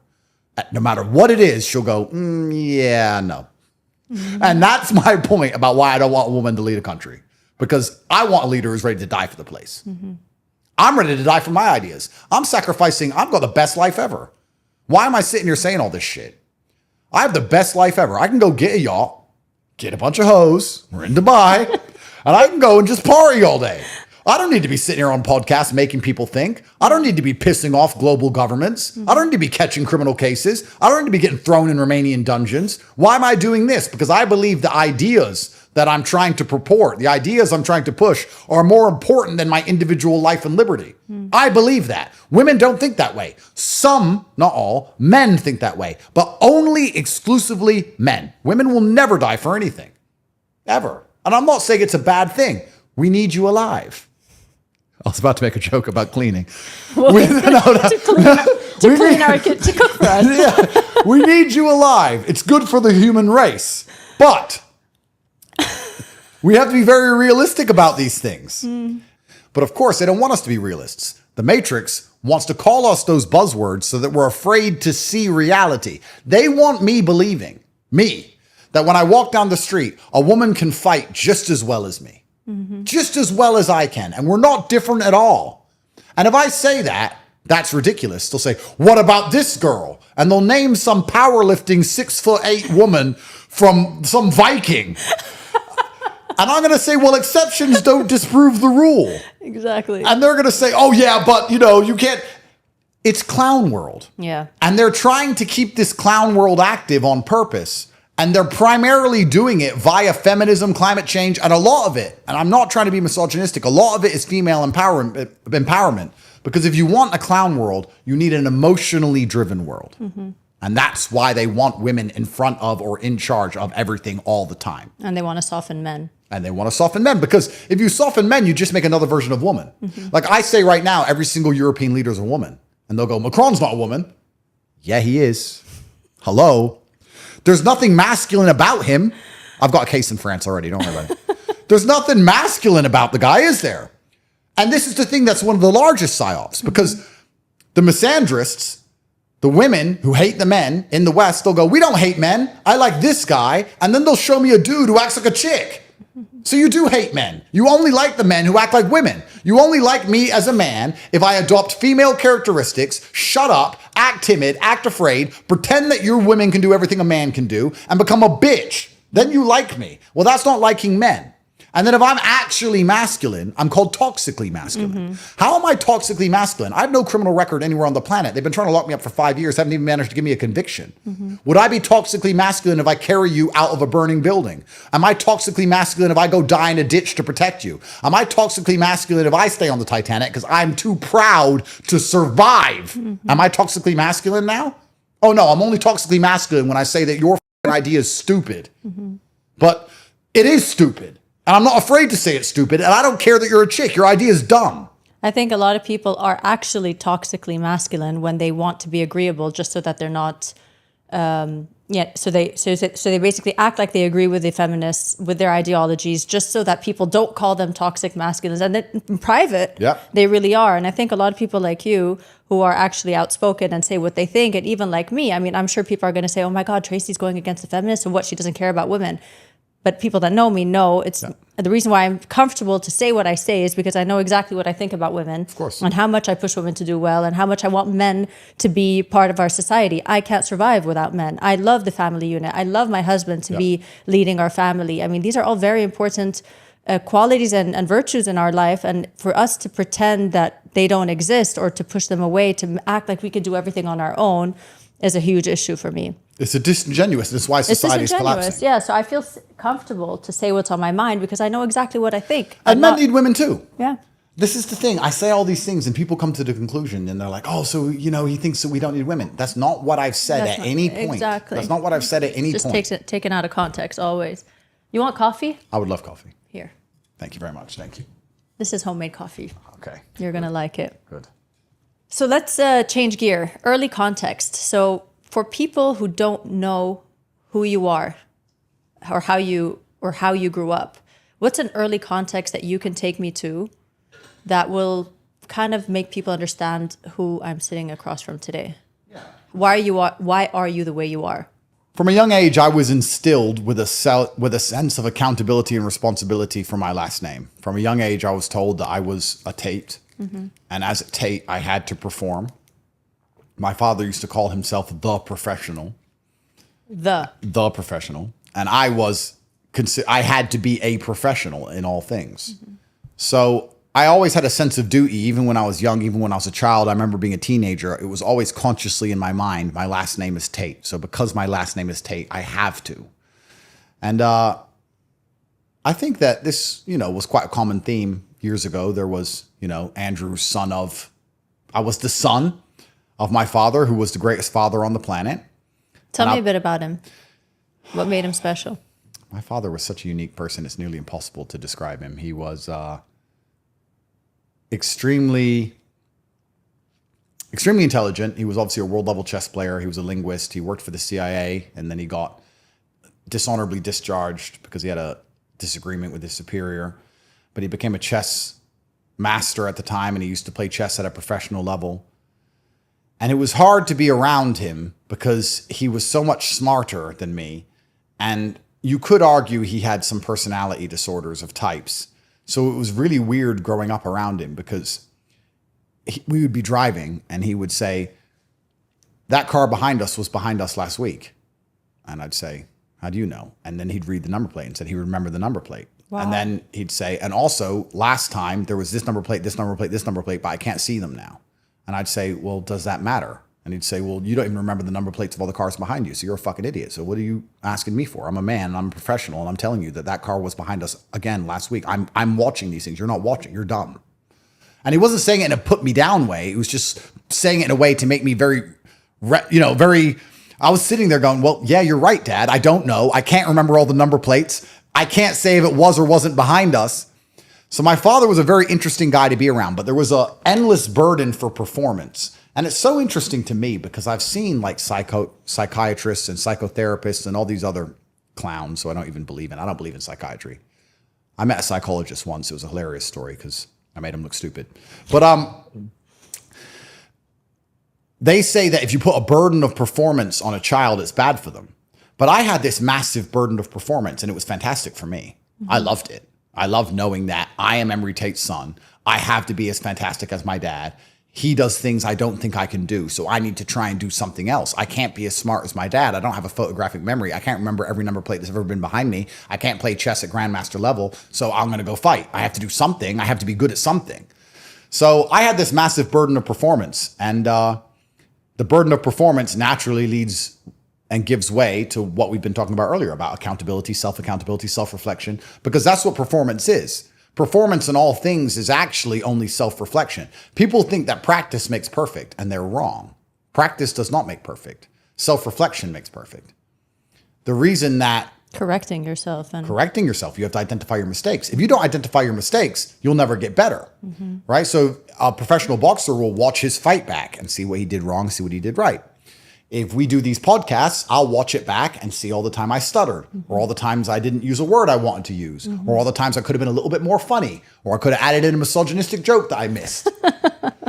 So I'll have all of those things and I'll watch it. If I just do the podcast and don't watch it back, I won't get better. Correct. This is why some people are better at public speaking than others. There are people who cannot public speak like I can. They may be older than I am. They may be 55 years old. They've been speaking and practicing longer than me. How come they can't do it like I can? Because they don't self-reflect. So self-reflection is actually the key to performance. And there's no point in self-reflecting unless you take accountability for everything and blame yourself for everything. So my father was also very clear with me from the beginning that absolutely everything in life is my fault. Absolutely all of my problems are my own to fix. I don't get to run to anybody else. I don't get to ask anybody else for help. When I got in trouble with the boys at school and I was getting picked on and there was more of them than me, I had to fight and get my ass kicked. That was how the world worked back then. And that's how I was raised. And I have to thank him for giving me such a fantastic upbringing. And he prepared me for the world very well so that I could understand that it's unfair that I got jumped by 5 men, but it is my fault because I walked down the alleyway. And it is unfair that the Romanians lied about me, but it's my fault because I was living in Romania. I can blame myself for something always. And when you do those things, you can end up sitting in a cockroach-infested dungeon and still smile. You have Hustle University now. Yeah. Okay. So we were talking about how you influence young men, how the Matrix doesn't like it, how mainstream media is trying to cancel you for it to a certain degree. Yeah. But what are you teaching these men in Hustle University that's so worthwhile for you to take down all of your platforms? Well, this is the thing that's interesting because it turns out big education is as dangerous as big pharma. When you say people at home, big pharma, if you talk against the vaccines or you talk against the medications, that big pharma will come after you. They'll accept that. But not many people understand that big education is the same because big education is one of the largest rackets on the planet. They have a monopoly on lending to young people. A young person can't get a loan for a car. They can't get a loan for a house. They can't get a loan for Bitcoin. They can't get a loan for a business. They can only get a loan to go and waste 4 years getting a degree that they'll probably never, ever use. And it's not cheap. It's expensive. 100K or something. That's right. It also suffers from double inflation because every year there's more degrees and every year it gets more expensive. So it inflates positively and negatively. It inflates on both sides of the spectrum.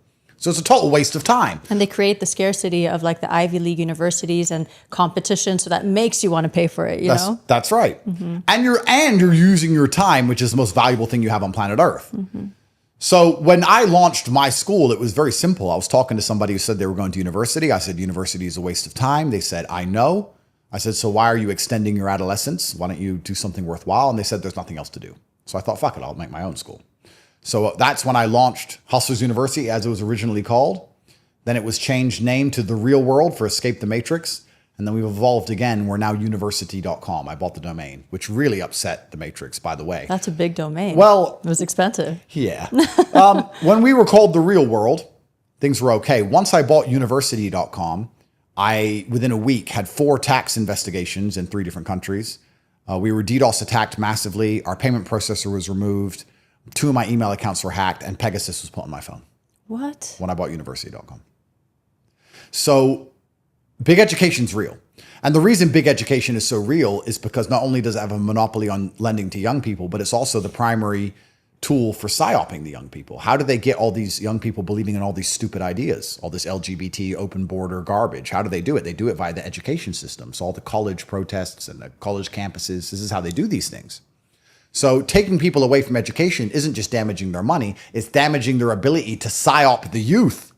And they really don't like that because schools raise the kids now. Mm-hmm. It's not like the days of old. Before, women fucked everything up. The woman would be at home with the kids and the man would be at work. So the woman would listen to the man and the woman would instill the man's ideas in the children. Then women ruined everything. Now both parents go to work. So the kids are raised by who? YouTube and school.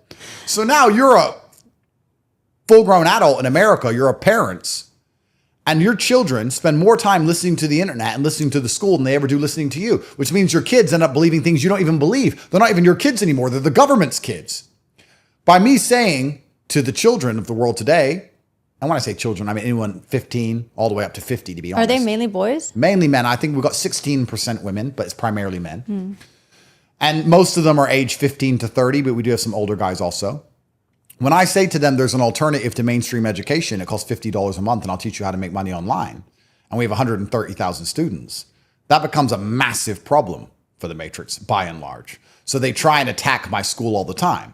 And primarily, all we do is teach. We don't teach media or philosophy or anything subjective. When you say we, you have instructors, you have Yes, coaches. we have professors, one for each campus, and we teach how to make money. So it's not online, you're saying campus. No, it's online, but the campuses are built inside of the platform. It's online. Okay. So you'll join, you go to university.com, it's $50 a month, and we teach how to make money. There's a crypto campus, there's a stock campus, there's an e-commerce campus, there's an AI campus, and there's a professor for each one. There's about 40 hours of video, there's a chat room, and there's also 5 hours from the professor of live calls per day. And every single professor that I've selected are people who have already made millions of dollars in that field. So for $50 a month, there's even a fitness campus you can learn to get in shape. $50 a month, you can learn to get in shape, you can learn how to use AI, you can learn how to trade crypto, you can get rich, and you can skip the whole idea of university completely. That's the school. I didn't realize it was going to get me in as much trouble as it did because I didn't realize big education was as powerful as it was. But it turns out they are, which is another reason why the Matrix is trying to get rid of me and attach heinous allegations to my name, not just the fact that I tell these ideas and I inspire people to think for themselves and speak up for themselves. It's that I put a massive dent in their education scam because it is a scam. And young men are very disenfranchised in the world today. And the reason I say young men and not young women is because men have it hard, women have it confusing. Women, you still have a few ways out, primarily Instagram, but they have a few ways out. But the average young man, how is he ever going to have the life he dreams of? And a degree is not going to make him rich. A job's not going to make him rich. He can't start a mom and pop shop. Retail's done. Everything's sold on Amazon. All the money's monopolized. How is he going to ever find a way out? His choices are either gambling, literally gambling on roulette, gambling on meme coins, or my school, university.com. These are the only 3 things that exist on the planet that give hope to young men. Unless they're specializing as a doctor or engineer or something, but any like business degree is not going to cut Well, it. exactly. If you want to be a specialist profession, then you're doing it for passion, not for money. So then you can go to university to learn how to be an architect because you want to be an architect. That's fine. Perhaps you will make a lot of money as an architect if you become the best architect. That's true. Mm-hmm. But your decision isn't primarily derived from I want to get rich. Mm-hmm. Your decision is I want to be an architect. I was different when I was young. I wanted money. I didn't care if I had to dig holes. I didn't care if I had to fight like I ended up doing. I didn't care if I had to be an astronaut. How much are you paying me? And a lot of young men think the same, primarily driven because social media. They're looking at Instagram, looking at Monaco, looking at all the beautiful women, looking at the yachts, looking at the Lambos, looking at Dubai, looking at the glitz and glamour. They want money. They want it today. They don't have 5 years. They need it now. And that's why we created university.com. They sign up and they start making money the same day. And we're very, very successful. Like I said, we have 130,000 students and we have huge plans to do some big things across the rest of the year. I was actually looking at buying some billboards here in Dubai for 25 million dirham and just putting my face everywhere just to upset the matrix, you know, man. University.com. So we're going to see how it goes. So that's what people are upset about. That's how your bad influence is on young men. Well, this is what the mainstream media have done. So they've tried very hard to discourage people from going to the school. So the reason for that is because we just described they're scared of my threat on big education. And they've run a few stories, and I'm not going to lie, I find all of it hilarious. Because it's very hard to say. They say I scam people. How can you scam someone for $50 a month? I mean, that's less than the price of pizza. So if they even learn one thing throughout the entire month, forget the 40 hours of video, forget the 5 hours of free calls a day, forget the network. I've paid $20,000 to business coaches to teach me something, and sometimes I learn nothing. And I'm like, okay, it's not a scam per se. I would have taken what I can and not take the rest. I mean, what's $50 a month? I totally agree with that. Exactly. So there's no such thing as a scam at that price. So I haven't scammed anybody ever. What about these crypto guys that are that are giving trade ideas to these young kids and not necessarily scamming them, but like young kids are like emotionally impulsive when it comes to trading their money, and they're making bad decisions because they don't have control over their emotions. When they're seeing the markets go haywire, they're losing money. You can also call that a scam. Technically, it's not, but you just can't call anything a scam. Exactly right. Exactly right. So they can't really call it a scam. So what they say is that the ideas I teach inside are dangerous. And the BBC actually ran an article saying that my school was homophobic. And I found it extremely funny because I do find all of these things funny. And I'll tell you the story. Maybe you'll find it funny. So someone went in the main chat room, and they said, I want to unsubscribe. This is too hard. And people started replying rainbows. And then I'm online in the school myself too. And I thought, this is funny. So I put a rainbow. Oh my God, no way. Anyway. And that's why they said it's homophobic. And then the BBC, that guy made a screenshot and they sent it to the BBC. And the BBC ran this huge article that I have this misogynistic super school, which is training children to hate gay people. And it's a scam and keeping them away from traditional university, which definitely works. And the degrees aren't a scam, but my school's a scam. And it's complete psyop garbage. Our school is very successful, and I don't really have to pitch it or sell it anymore because the world is almost selling it for me. There's very little alternative to what we offer. If you're serious about making money online, you sign up at university.com because it's one of the only options outside of gambling. The only other way to make money online is to take money and risk money, which is meme coins, crypto, etc. You can gamble your money or you can gamble your time. And if you don't have very, very much money, you should gamble your time instead. If you're already sitting on millions and you want to gamble your money to make more money, that's fine. Everyone does it. I do it. We all have stocks and shares and bonds and crypto. That's what you're doing. But if you don't have any money, then you need to gamble your time. And for $49 a month, you can make a time investment, and then you can get money from university.com. I mean, I have went through multiple comments of people writing underneath some of the things that you teach in your courses. There are some clips pulled out on YouTube. I can't tell you how many young boys' messages I read only saying, you have got me out of my shit. I'm so lucky to be part of this university. I just was able to make so-and-so amount of money. I've read multiple little guys, I don't know how old they are, all saying amazing things. Like they are really, really doing really well for themselves because of that. So it's really nice to see that you have that impact. It is, but it's kind of sad that we live in an empire of lies where the people they say are the good guys are the bad guys, and the people they say are the bad guys are the good guys. You think about it. Let's actually analyze this. I'm inspiring men to not be depressed, to believe in themselves, to go to the gym, to stick up for what they believe in, to say what they think. And then I'm offering them a platform that allows them to make money and dedicate themselves and be constantly motivated to be in fantastic physical condition and make money and be financially free. I should be a hero. Why am I treated so badly? Well, when men are financially free, you cannot throw them in corporate and use a HR department to make them agree that that dude in a wig is a chick.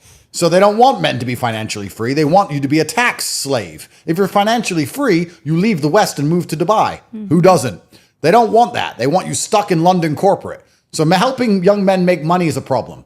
Why don't they want me to make men physically strong? Because if you make men physically strong, they say the triangle is blue. They don't want that. You have to say the triangle is green. So that's a problem. Taking money away from big education, which is a racket and a scam. That's a problem. Making men say what they think and think what they say goes against all of the programming they're trying to inflict on everybody because they want you to just turn your brain off and accept the slave mind program. So again, it's a problem. So by trying to do the right thing, I've ended up public enemy number one because we live in a world which is upside down. We're looking through the wrong end of the telescope. And this is the world we live in. So I am flattered that you said you saw all these positive comments. I've seen hundreds of thousands of positive comments, but the BBC will not say a single nice word about my school. In fact, they're just going to wait for once a year for there to be an opportunity like the Rainbows to run double page spreads and put me all over the news that I'm a terrible, evil person who is behind everything bad that has ever happened anywhere ever. And this is actually a life lesson to everybody who's watching this. If there's a person that everybody is saying is a bad guy, like Trump, he's often the good guy. And if there's a person everyone is saying is a great person, like Obama, he's often the bad guy. You need to just, if you're not smart enough to do the research, then what you should do is just invert it. If you're not smart enough to do the research and work it all out and do the details, here's a simple formula. Whoever they say is good is bad, and whoever they say is bad is good. That's literally how upside down it is. People are waking up now. I mean, especially with what has happened with Israel and Palestine, with how much the media twists the truth and how much it enraged so many people. If that is not a lesson for you to say, maybe not everything the media says is right, why is that applicable when it suits you and your narrative and something you want to defend, but it can't suit something that, you know, maybe it's not part of your circle, maybe it's not part of what you're trying to defend, but I think the same thing as you. I mean, Kanye West, I think it's a very good example. They want to take him down for everything he's talking about. Justin Bieber now, we see what they're putting out on him, making it seem like he's going he's going through a crisis and he's losing his wife, and they're making his wife look like she's just like all over him and trying to like, keep their marriage together when it's not working out. All of these things just to hurt him because he's standing up and speaking and, That's right. So and the media, another trick they do, and this is something else you have to be very, very careful of. A lot of people don't do this often enough. It's not only what they say, it's how they say it. And this is so important. And we can talk about Israel, Gaza quickly because you mentioned it. It's a perfect example. When Hamas and the Palestinians defend themselves, it's a brutal massacre. When Israel murders innocent civilians, it's a tactical strike. Those differences in languages, brutal massacre, tactical strike. Now, we know that a tactical strike is a collapsed building on top of children. We know that there is missing limbs and dead women, children, and men. We know how brutal it is because we can now see the video. If X wasn't a free platform, we wouldn't even see the videos. So if you just read tactical strike, you imagine, they picked the one bad guy out of the group and it was tactical and they sniped him. But it's not that, is it? It's collapsing buildings on top of innocent civilians. But when Hamas defend themselves, even if they're killing other soldiers, which is the basic prerequisite of war, it's a brutal massacre. So when you're listening to what the media say, it's not only what they're saying, because sometimes they're unfortunately forced to tell some version of the truth. Then what they do is they say it in a particular way, and they lie by omission. And by omitting certain parts of the story, they can tell the truth while also lying. Correct. This is very, very common. They do this a lot. In fact, they usually do it when they attack a man's reputation. So I can talk about this from personal experience. What they'll do if they want to attack a man's reputation is they would call 1,000 women who know him. And 999 would say he's a great guy. And then they'd find the one who says he's bad. Give her a microphone. And they'd only mention her. They don't mention the 999 who say he's good. Even if those 999 say the other one's a liar. They don't mention them. They omit it. They only show that one and they say, we're telling the truth. This is what she thinks. This is what she says. But they cut off so much of the story that they're not telling the truth. And this is what the media does with absolutely everything. Because the primary objective of the media is not to inform you. Think about this if you're watching this at home. Think about this. Why do the people in charge of the world want you to know anything? Who are you? Get over yourself for a second. They don't give a shit if you live or die. You could die in a car crash right now. You think they give a about you? They don't want you to know anything. They want you to believe things, and they want you to believe the things that suit their agenda. They don't want to educate you ever. They want to propagandize you. It's kind of amazing how arrogant people are, where they go, oh, well, I read this, I saw this, I'm informed. No one's trying to inform you, friend. You're not important enough. You don't get presidential briefings. Nobody gives a shit about you. You're another nobody cockroach in traffic. So no one wants to inform you about anything because you have no power or capability. Nobody cares about you. They want you to believe certain things so that you'll continue to waste your life energy. They want you to believe certain things so you'll continue paying government taxes, even though they hate you. They want you to continue sitting at home miserable and depressed, believing your life is worth living long enough for you to build the roads and build the bridges and then end up jumping off of one of them. That's all they want to do. So it's kind of amazing. And not complain where your tax dollars are going. Absolutely. This is the thing. So it's kind of amazing that people who watch the mainstream news or interact with it at all are arrogant enough to believe that the BBC are building this whole big studio and hiring these professional presenters and getting these very nice cameras and putting together these video presentations because they really want to inform this nobody about how the world works. Like, get the over yourself. Though. Yeah, get over yourself, people. They don't care about you knowing anything. If it was up to them, if they could click and make you believe what you need to believe, there would be no news. There'd be no news at all. In countries where the people are already doing what the government wants them to do, there is no news. They just get rid of the news. Well, we don't need the news. We need to tell anyone about the news. No one needs to know what's going on in the world because they're already doing what we want. Right. And the less people are doing what they want, the more news there needs to be. Work it out. It's a setup. So you were on Piers Morgan on October 9th, if I'm not mistaken. Yep. And before then, I mean, that's when you really spoke out about Israel-Palestine. And before then, you had a lot of conservatives on your side only because that you kind of spoke the same language, you had the same ideologies. I know that you don't identify as a conservative per se, but they shared a lot of your point of view. So no one really attacked you. No one really cared about the things and the things that you were saying. But all of a sudden, October 9 came. You talked about Israel, Palestine. You defended Palestine, and then all of a sudden you had your issue in Florida, where everybody attacked you. Everybody came after you. Tell me a little bit about the selective outrage and the double standards. Yeah, there's a interesting conspiracy theory that there's a particular group of people who control the world, and they control the media, and they control the money, and they control the banking. And if you speak against their interests, you pay the price. It's an interesting conspiracy weird. I've never heard that. Yeah, very strange. What? First time. Yeah, they were actually on my side. And then, as you said, on October 9th, which was very soon after October 7th, called what Israel was doing a disgusting genocide. And I said it before anyone else did. And I said it against my legal counsel's advice. And I said it because I thought it was the right thing to say. And at that time, nobody else had really understood quickly enough that the beheaded baby story was a lie and that Israel were being disproportionate in their response. And as soon as I did that, all of these other influencers on the conservative side, plus a whole bunch of bots, all of this started to just whip up a storm trying to damage my reputation and damage my name. And primarily they were just saying that I was, the usual things, anti-Semitic, and I was a bad person. And then they tried to attack me because of my history of owning a webcam studio, and they said that I'm bad. I obviously made it clear that OnlyFans donate millions of dollars a year to AIPAC, which AIPAC, of course, are the Israel lobby, which are heavily involved in American politics. And OnlyFans, who's owned by a Jewish man, donates millions of dollars to this day, but they don't care about that.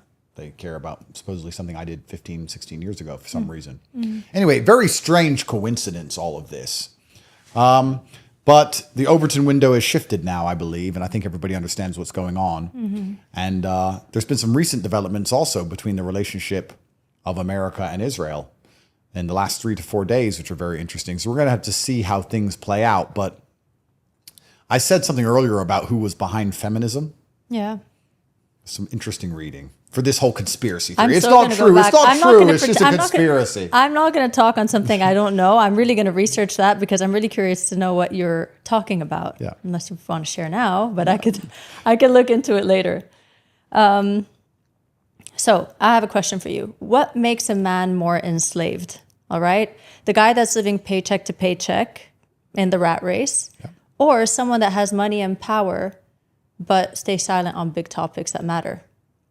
maybe it's more specific in justice? It's a really good question.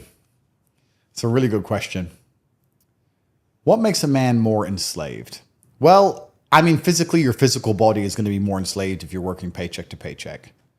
But if you can say whatever you think, then your soul is going to feel more free. However, your ability to speak freely is directly correlated to your insignificance. So it's not as brave to do when you're insignificant. Right. There's a lot of people who say the same things I say, but they don't have the platform I have. So it doesn't take the same degree of bravery because... And it hurts them more. Well, they can lose their job, their one job that pays them that paycheck, that feeds their children. It's a really interesting question. I'm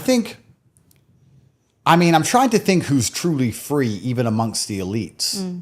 Exactly. There's not many. And especially amongst the famous. The famous really have a big problem.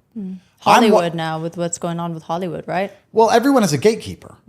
I'm one of the only people who managed to get globally famous and renowned without having a gatekeeper. If you're on a basketball team, your team gatekeeps you. If you say anything you're not supposed to say, you're off the team. If you're an actress and you say something you're not supposed to say, the producers won't hire you anymore. And the record labels.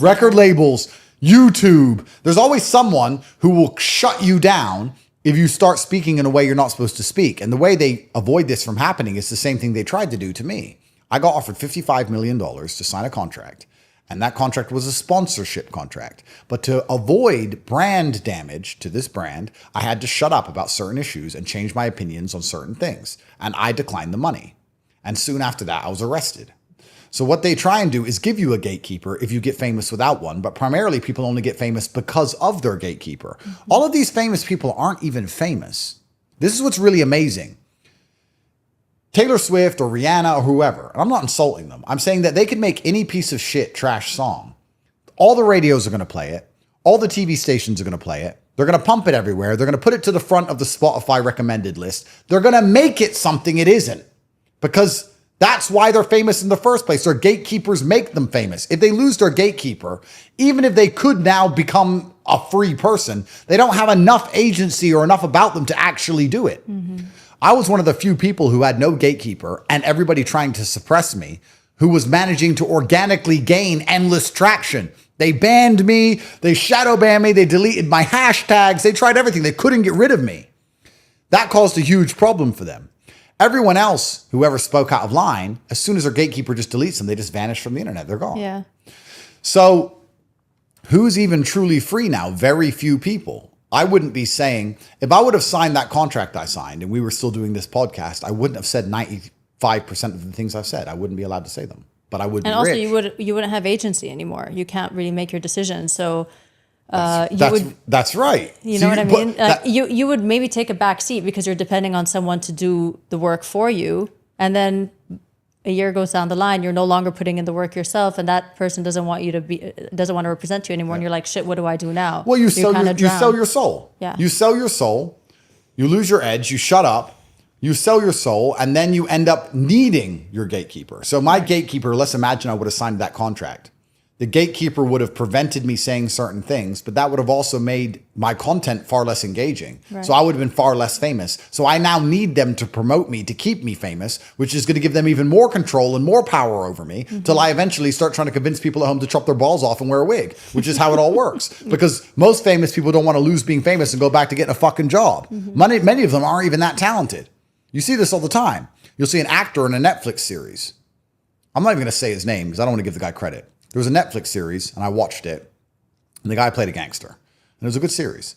And I watched him, and then, by coincidence, I was like, what else is he in? And I looked him up, and 6 months after the end of the series, he's dressing as a woman in GQ. And I'm like, so basically, he was an actor, he did a series, he wanted more acting jobs, he doesn't want to go work in Starbucks, everyone recognizes him. It's going to be very embarrassing to go back to Starbucks. He has no money, he needs acting jobs, and his gatekeeper said it would be good for his career if he dresses up as a chick in GQ magazine, and he sold out. And then guess what? He's in another series. That's how it works. You have to sell your soul. They have to have control and power over you. They cannot allow you to be influential if they don't control you. That's what Epstein's Island was about. That's what my criminal cases are about. That's what all of this is about, because I am massively influential and they don't control me, and it bothers them to their core. This podcast will be watched by government agencies. They will watch this. They will analyze with a psychiatrist me, you, how I talk, my body language, the things I say. They will take certain excerpts of it and give it to prosecutors. They will try and drum up charges, all of it, because they're afraid that I influence people in a way that their mainstream media garbage cannot. The entire world is a battle for influence. And if you're influential, they need to get you under somebody.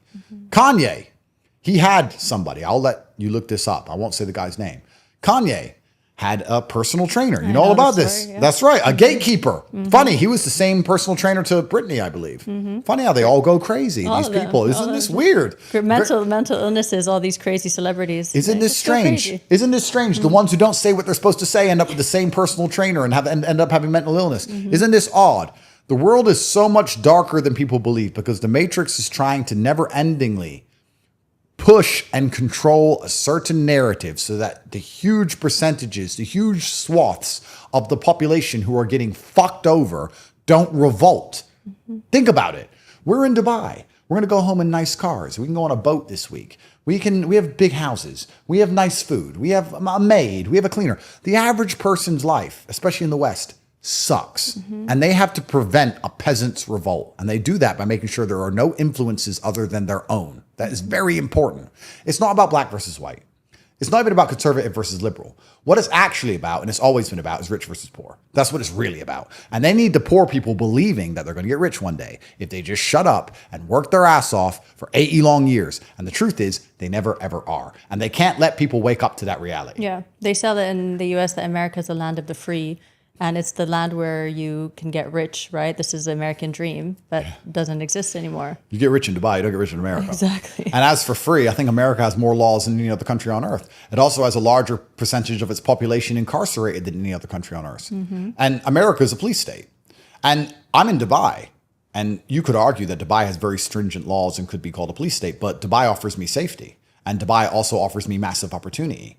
America's a police state where I have no safety and no opportunity. So I have to be afraid of the government and the criminals, and I'm broke. Yeah. So what am I there for? Absolutely. Well, you're there because of patriotism. America. Don't go over to the Middle East. They're all ragheads. That's bad. Yeah. Bomb them. Baghdad. Shock and awe. Bullshit. You know that Matrix bullshit. Weapons of mass destruction. That is all a fucking lie.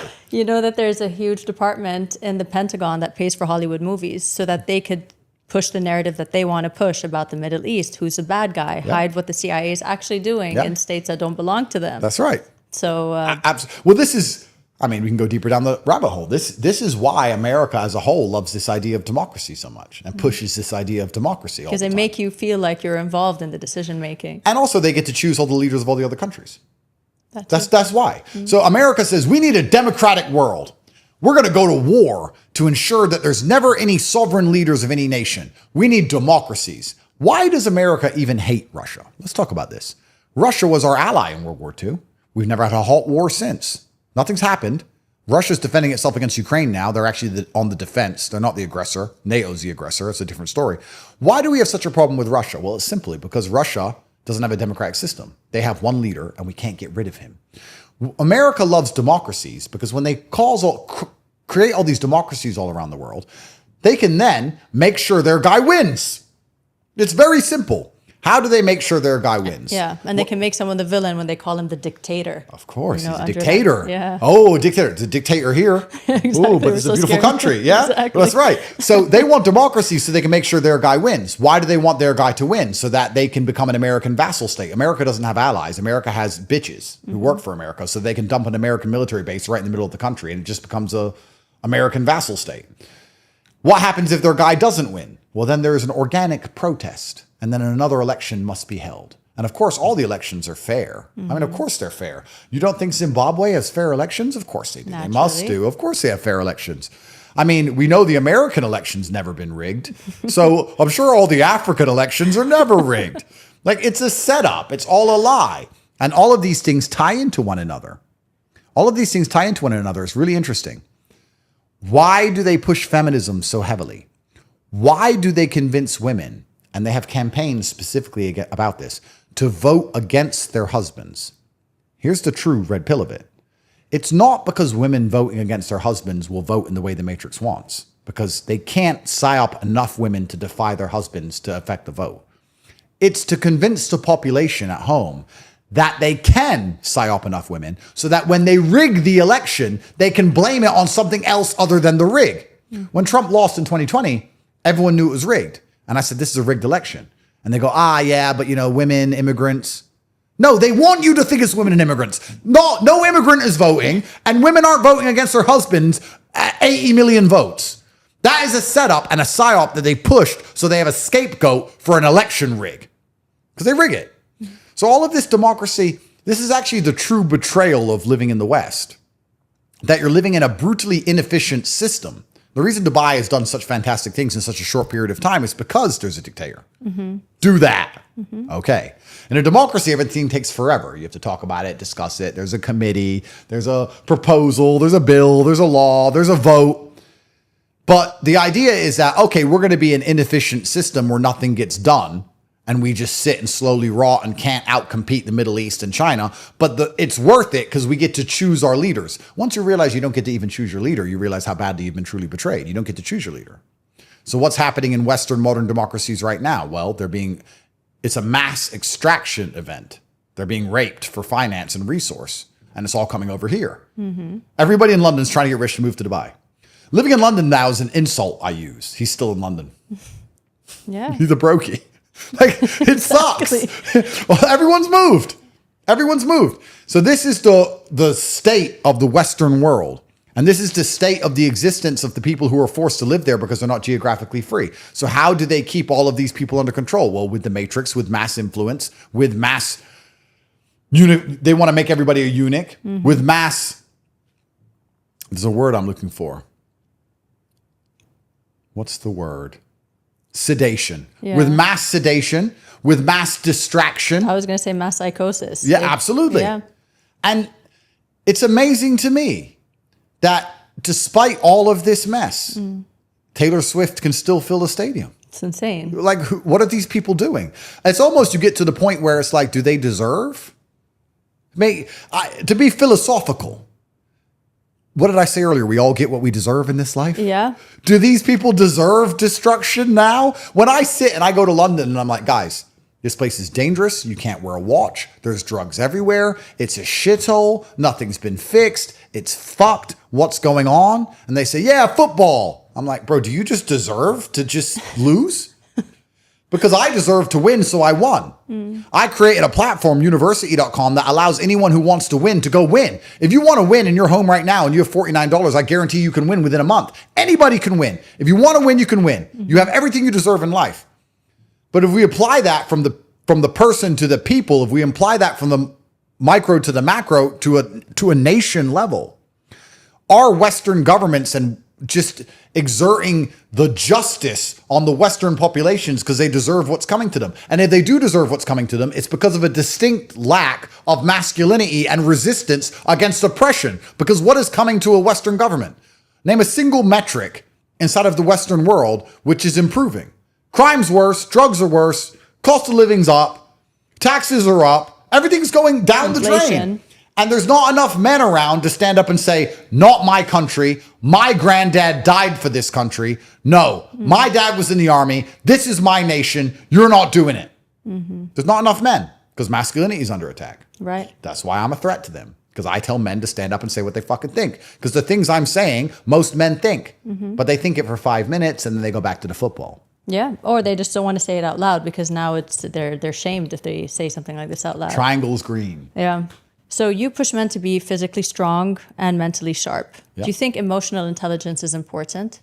It's a good question, but I'm going to counter with a question because emotional intelligence. First of all, how do you define emotional intelligence? Well, that's what I was going to do, because emotional intelligence is something often women say to men when we don't do what they want. They're like, buy me a car. You're like, no. And they're like, well, you're so smart, but you're not emotionally intelligent. I really wish I had this. I should ask more of my husband. I should be like, I want a car now. Like, I don't do that. I'm like, what women are you dating? Dude? Yeah, but I'm being hyperbolic. I'm exaggerating for comedic effect. But the point is that women say emotional intelligence when they're trying to manipulate men into doing what they want. But I think women need to be emotionally intelligent as well. Well, I think it's not just a man thing. So what do you think about emotional intelligence per se for men? And then we could maybe jump to women. So is it necessary to be emotionally intelligent? It is, because you need to be likable to some degree. And also, for anybody to trust you to lead, they need to have faith in your capability to interact with other people and with them and to not be abusive.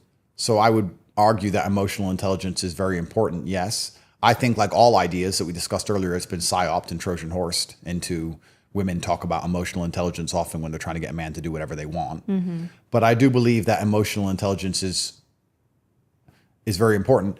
However, apathy can be weaponized. Like, apathy can be a dangerous thing. So as men, sometimes we come across as very cold or uninterested, or we come across as people who do not understand a woman's emotions. Even though we do understand them, we do have the ability to understand it. We just see a picture perhaps bigger than they do sometimes. So we can say, look, I know you're upset and I know you're mad at me because of this and this, and I know this really matters to you, but that actually doesn't matter, and this is what we're going to do, and you have to get over it.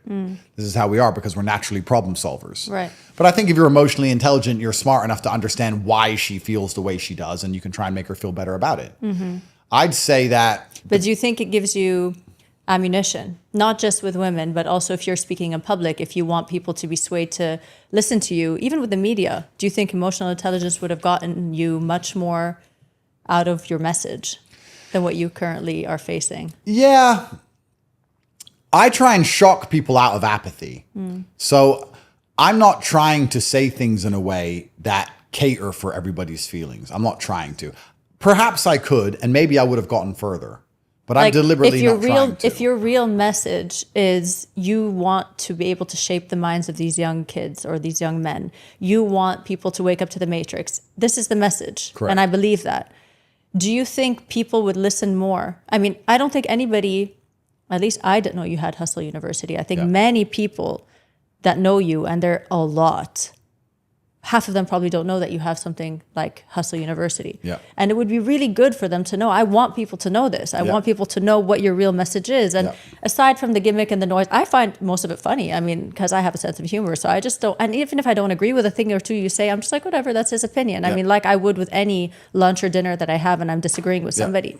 I think people take offense very quickly. They're way too emotional, way too sensitive unnecessarily. You don't agree, you don't agree. But do you want your message to be loud and clear, or do you just want to poke at people just to piss them off because they're being annoying? No. Because I get both versions. But which one are you standing by? You know, that's a really good question. And if I have to psychoanalyze myself in real time, because I've never been asked this question before, so I want to tell you the truth. So I'm trying to work it out myself, because am I a philanthropist? No.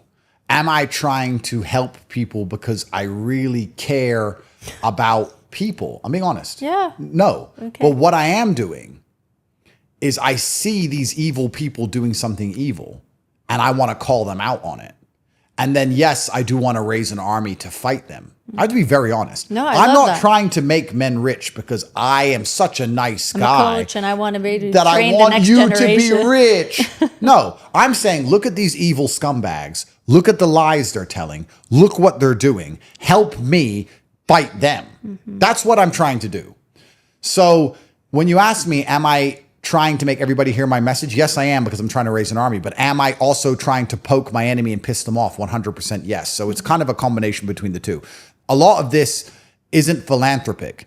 The reason my school is so efficient, the reason people make so much money, is because I know if you teach young men how to make their own money and be physically strong, it's hard to psyop them, which makes them a soldier on my team against the other team.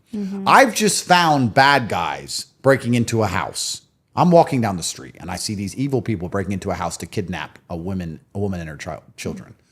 And I'm just saying to guys, come help me. I'm not trying to turn them into heroes. I'm saying, let's just stop this. Let's stop this. They'll become heroes by extension. But my motivation isn't making them a hero. My motivation is stopping that. Am I making any sense? 100%. That's what I'm trying to do. So, yeah, do I like to antagonize my enemy? Yes. And I antagonize them on purpose, because the more I antagonize them, the more powerful they make me. I'll give the secret away. Hello, MI6, because I know they're watching this. Hello, guys. Hello, BBC. You're going to take parts of this and you're going to chop it up and you're going to say, I said bad things, which is why I said them in the way I said them, so that you would do that. Because you can buy advertising, but you can't buy the BBC. But I get the BBC. Then everyone will watch this And then people will say, you know what he says is actually pretty smart. And then I become more powerful than ever before. But these jackasses can't help themselves. So they are my brand. My brand is the hate. That is my brand. You need hot and cold air to make a tornado. You have to have the pro and the con, the light and the dark, the yin and the yang. My brand relies on hate. If my haters disappear, it becomes a lot harder for me. So I have to sit here and say certain key things that will be taken out of context so I can be attacked with them, because I don't care about going to jail that much. The triangle is blue, I'm afraid, and I'm not afraid to say it. And I'm not afraid of the guys you're going to send with guns to drag me to jail. And when you drag me in and out of that police van, I'll smile like in every other picture. And I don't care, because I want to have a life story which is interesting. And a lot of men want an interesting life story. They want an exceptional life story. But the biggest mistake these people make is they think an exceptional life is only the exceptional good, not realizing that exceptional means deviation from the norm, whether it's good or bad. I enjoyed a Romanian prison cell just as much as I enjoy a Bugatti and a private jet, because it is unusual. It doesn't matter if it's positive or negative. It's different from the normal. I don't want a normal life. This is all I'm looking for. So I don't really care if it goes right or it goes wrong. Maybe I'm a suicide soldier. Maybe. Never know. But I don't really give a shit, because I enjoy it for what it is. Yeah. It's not about winning and losing. It's about fighting. They're different things. Are you afraid of anything? Yes.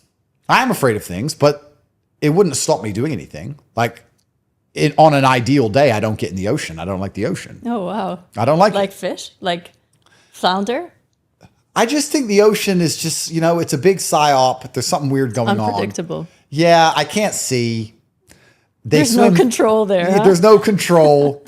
My life's extreme enough. Like, I have a hard enough time. If I get in and out of the car to and from a restaurant without getting killed, I have a sigh of relief. Mm-hmm. Like, I have an extreme life. I don't need to do extreme things. I don't need to jump out of planes. I don't need to go in the ocean. There's fish in there, and they're saying that whales are mammals. No, they're not. They're fish. And there's just a whole bunch of lies around the ocean. Have you not heard? Like jellyfish things. Jellyfish. Yeah, they killed Steve Irwin. No, man. I just think they're lying about the ocean. Yeah. To be honest with you, I think they're lying about the ocean. Like, not climate change. It's the ocean itself. Like, if it was up to me, we'd get to the bottom of this. I was saying that we should basically just nuke all the dolphins the other day. And someone said we can't do that because dolphins are mammals. True. No, but they're not. They are. They live in the ocean and they have fins. There must be fish. There's no mammal. That's not a mammal. That's a fish.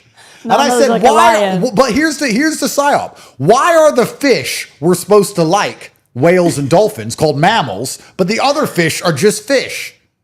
It's a setup. It's not a setup. It's a setup. They're all fish. A dolphin has never paid my rent. There's too many fish in there. I don't like any of them. I don't trust any of them. I don't go in the ocean. What's something you wish people would ask you? Just ask me this one question so I can explain. Not justify yourself, but why don't you ask me this instead of asking me 100 other things? I wish people would ask me. Actually, I'm not sure. You ask me very good questions that I have to genuinely think about. I'm not sure what I would like people to ask me, because I'm really not in the business of explaining myself too much. Yeah. I feel like my image is actually a fantastic test for me to get a read on others. It's actually great for me. I would hate to explain myself. If I walk in a room and I can see who likes me and dislikes me instantly, that's perfect. Mm-hmm. I like that. It's like a instant test of who's a moron and who isn't.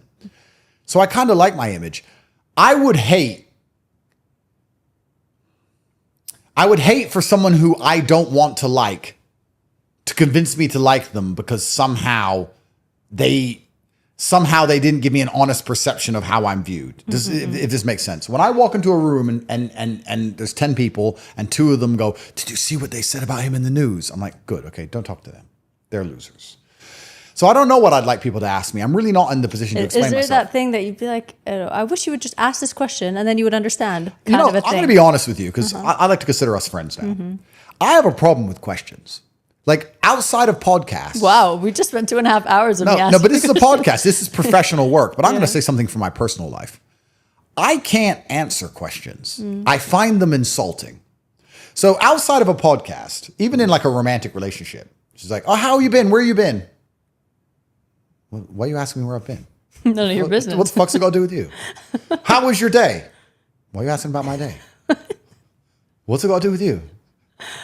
Where are you going? When are you home? What? I don't like being asked stuff because I find it insulting for some reason. When I sat with the cops and they were asking me questions, I'm like, who are you to question me? The cops. Like, we're the police. And I was like, fuck you. I don't have to answer anything. I don't have to tell you where I've been and who I've slept with and what I do. Fuck you. No comment.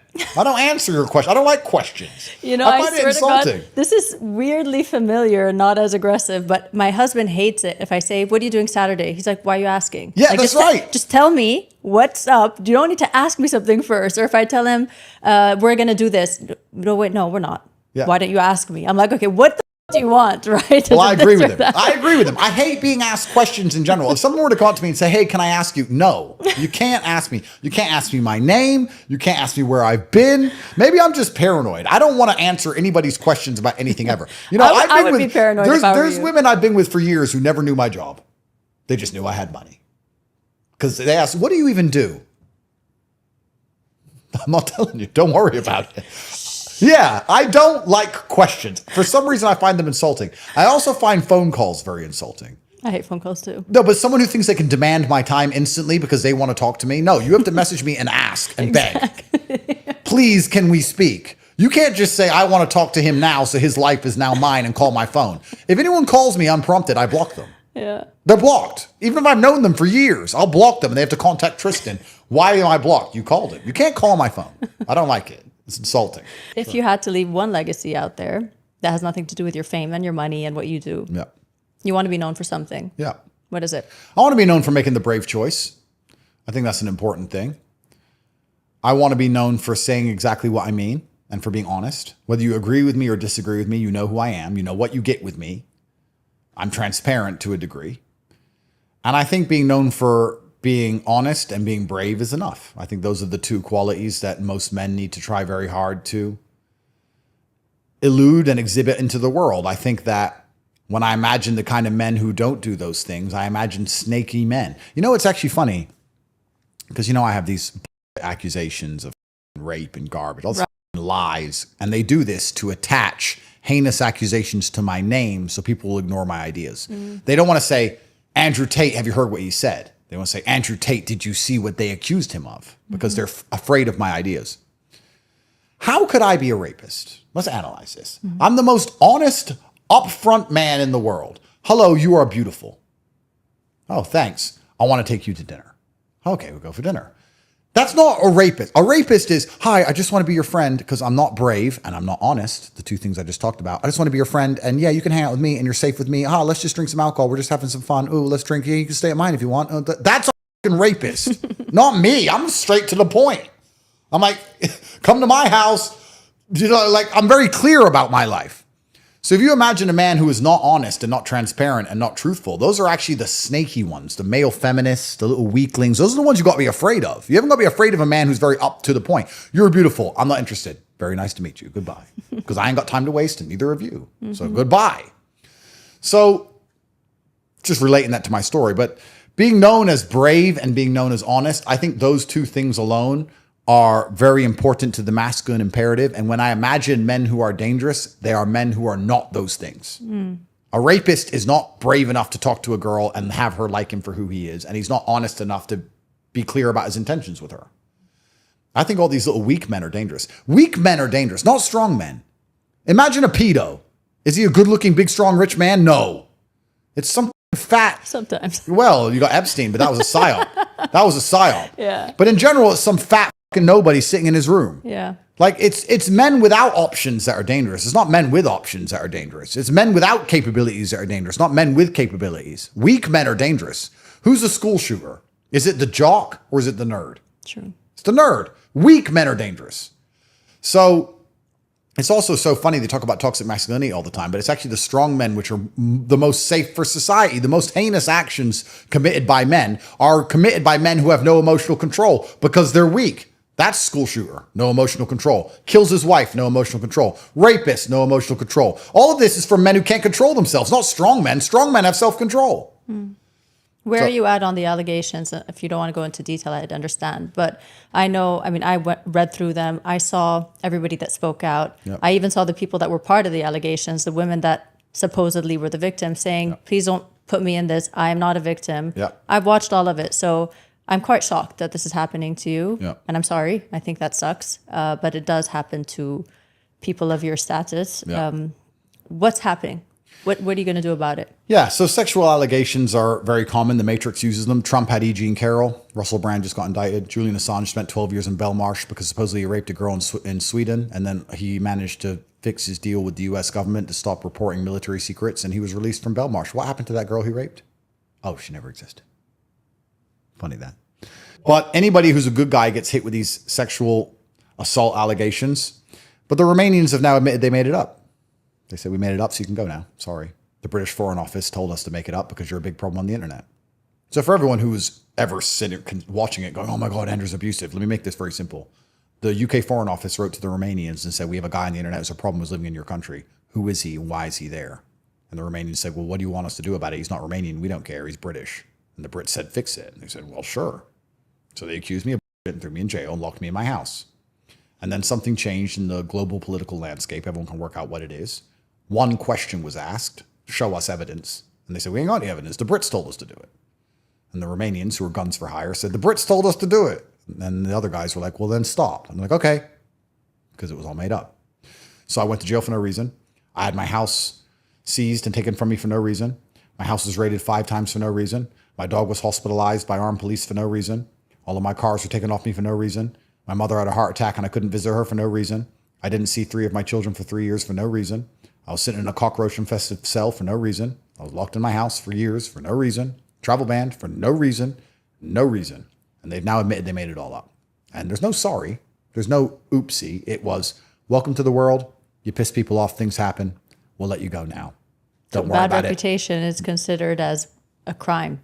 Well, they can punish you just as easily. Well, the process is to punishment. Mm-hmm. So now they've attached these bullshit allegations to my name.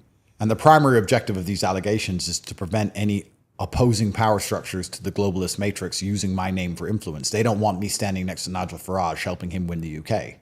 And Nigel Farage likes me and knows me and wants to use me and knows I'm useful, but he can't because I'm accused.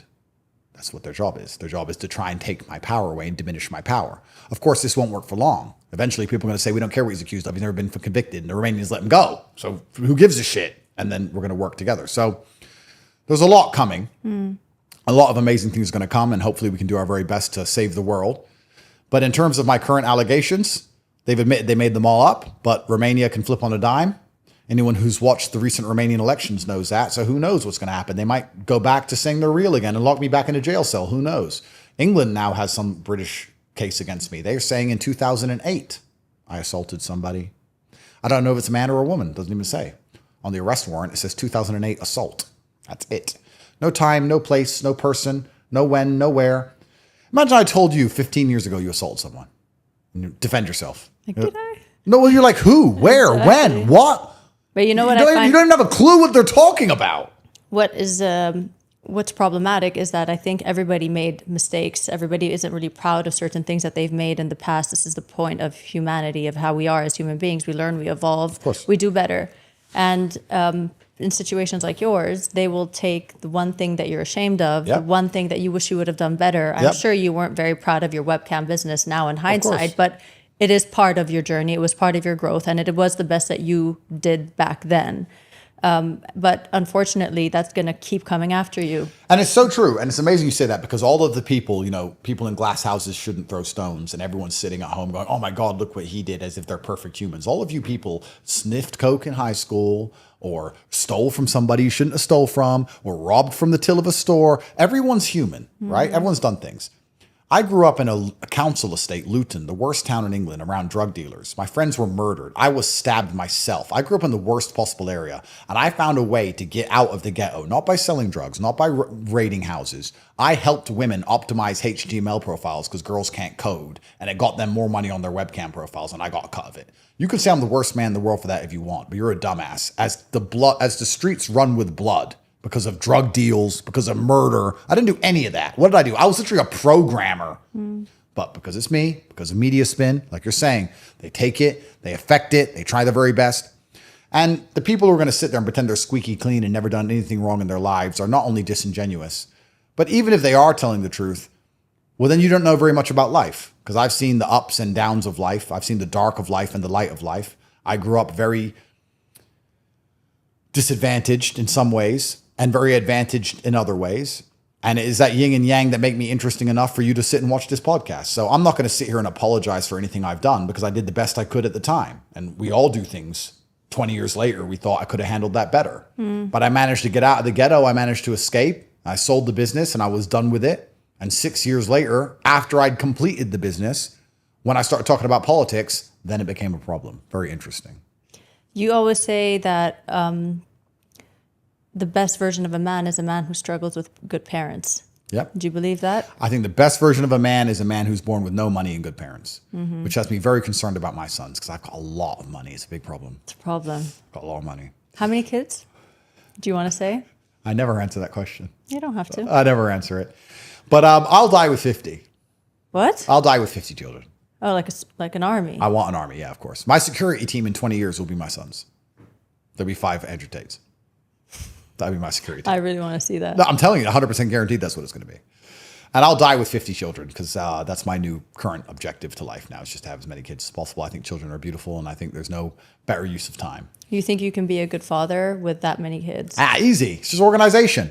You know, I think, look, when you have money and you have the facility of course, to facilitate things, it's different. I mean, you see the poorest countries in the world having 10 kids, so Absolutely. I'm pretty sure that you can manage. Absolutely. You just have to have a regimen. But you don't believe in a intact household with the entire family sitting around the table. Well, I do believe in that. Actually, do you not want that for yourself? Well, no, actually, I'm more of a family man than people who believe in the nuclear marriage and the traditional relationship because I still live with my brother, my cousin. I'm like a clansman. I like clans. So like the tribe raises. I'm a tribe guy. That's how I like it. It's like me. Kids are raised by a tribe. That's not right. By That's right. So there's me, my cousin, my brother, all of our 3 women. All the kids, the women are with the kids. Us 3 guys are smoking cigars somewhere else. You know, the women and the kids are over there. We see them a bit. Like, I'm a tribe. I live with 30, 40 people. I like the idea of family, but not just 2 people. I like the huge families. That's actually how I approach it. So I'm not against living with a woman. I'm just against living with only a woman. I also want to live with my brother and my cousin and the people I work with. And I like living with lots and lots of people. If I live with only a woman, for some reason, I feel like I lose my competitive edge. Whereas if I live with guys as well, one day they'll wake up and do 500 push-ups and I'll get mad and I'll do 600 and then he'll do 700 and then we'll do push-ups all day. That doesn't happen when you're home with your wife. You end up eating cake and watching TV. True, actually. So that's it. Yeah. Actually, you know, it's different to what I would want, but it is common. I mean, you see this amongst a lot of the shuyukh here in the Middle East. I mean, they like to live in big groups. They like to have, you know, many kids, and I mean, it's just a preference, I guess. So I don't condemn. So I'm in the right part of the world. Yeah. There we go. I get a nice big house. Yeah. There we get all the wives, have all the kids. And you also are a faithful man. Yeah. You have faith in God. Oh, absolutely. You have to have faith in God. If you believe. That's probably the one thing you fear, I would say, aside from fish. Well, I did say earlier, fish. The ocean, not the fish. I just don't like the fish. Okay. No. To be honest, I said earlier about taking dirty money and how the universe is all balanced in the end. And I think that shows a healthy respect for God. And that in the end, everything works out, everything balances out. And I like to believe that every single thing that happens to us is a test from God. I think that you become closer to God during struggle. I think he's watching during struggle. Did you get closer to God in your struggle? Yeah, I think that it was simply a test he gave me to make sure I deserved what I had. You don't get to become a symbol of resistance and a symbol of masculinity and then never get tested and never resist. Imagine I was saying all the things I was saying and I just got to continue living in mansions and flying around on private jets and having a great time. Well, how would that even work? Let's even imagine that scenario. It even seems counterintuitive to imagine. It doesn't work that way. If you're a symbol of resistance, then people need to see you resist. So God gave me a platform. Lead by example. That's right. God gave me a platform and said, let's see if you deserve your platform. Or if you're going to fuck it up like Peterson did, because Peterson started taking drugs, became a drug addict as soon as his life got hard. So he put me in jail and he put me through all this Romanian crap. When I was in there was one time I didn't sleep for 4 days. They tried to medicate me. They tried to give me drugs, sleeping pills. and I wouldn't take them. They told me I had to take them. So I had to pretend to swallow them, spit them out again. So they tried to medicate me like they medicated Peterson. So all these things have been tried on me, and I resisted all of it. I said no to the 55 million sponsorship contract, said no to their medicine. I said no to everything. So God gave me a test. And when I was going through it, even though it was difficult, I knew I was being tested, which gave me a huge source of strength because I knew he was watching. I knew I got a chance to prove myself. And that is why I now get to drive around in one of my 4 Koenigsegg Jescos. And because I deserve everything I have. And I earned it and I deserve it. And there's no such thing as light without dark. And if anyone out there is watching this and believes that they're going to escape the matrix or escape their struggles or escape their pain and one day end up rich and have no struggles and no problems and everything's going to be perfect and life's going to be sunshine and rainbows, it doesn't work that way. There's always a problem. It's never going to end. War is forever. So you may as well get good at fighting. And that's what I've done. The show is called What They Don't Tell Us. If there's one thing, one message that they don't tell us that you know of, please share. What don't they tell us? The primary objective is not for you to ever be happy or content. The primary objective is for you to make them happy and them content. And when you understand that lens to view all events, to view all of the education, all of the things we're taught, all of the things we're told to do, when you understand that the rules are made for the benefit of the people who make the rules, everything makes sense. Thank you, Andrew. Thank you very much. Thank you.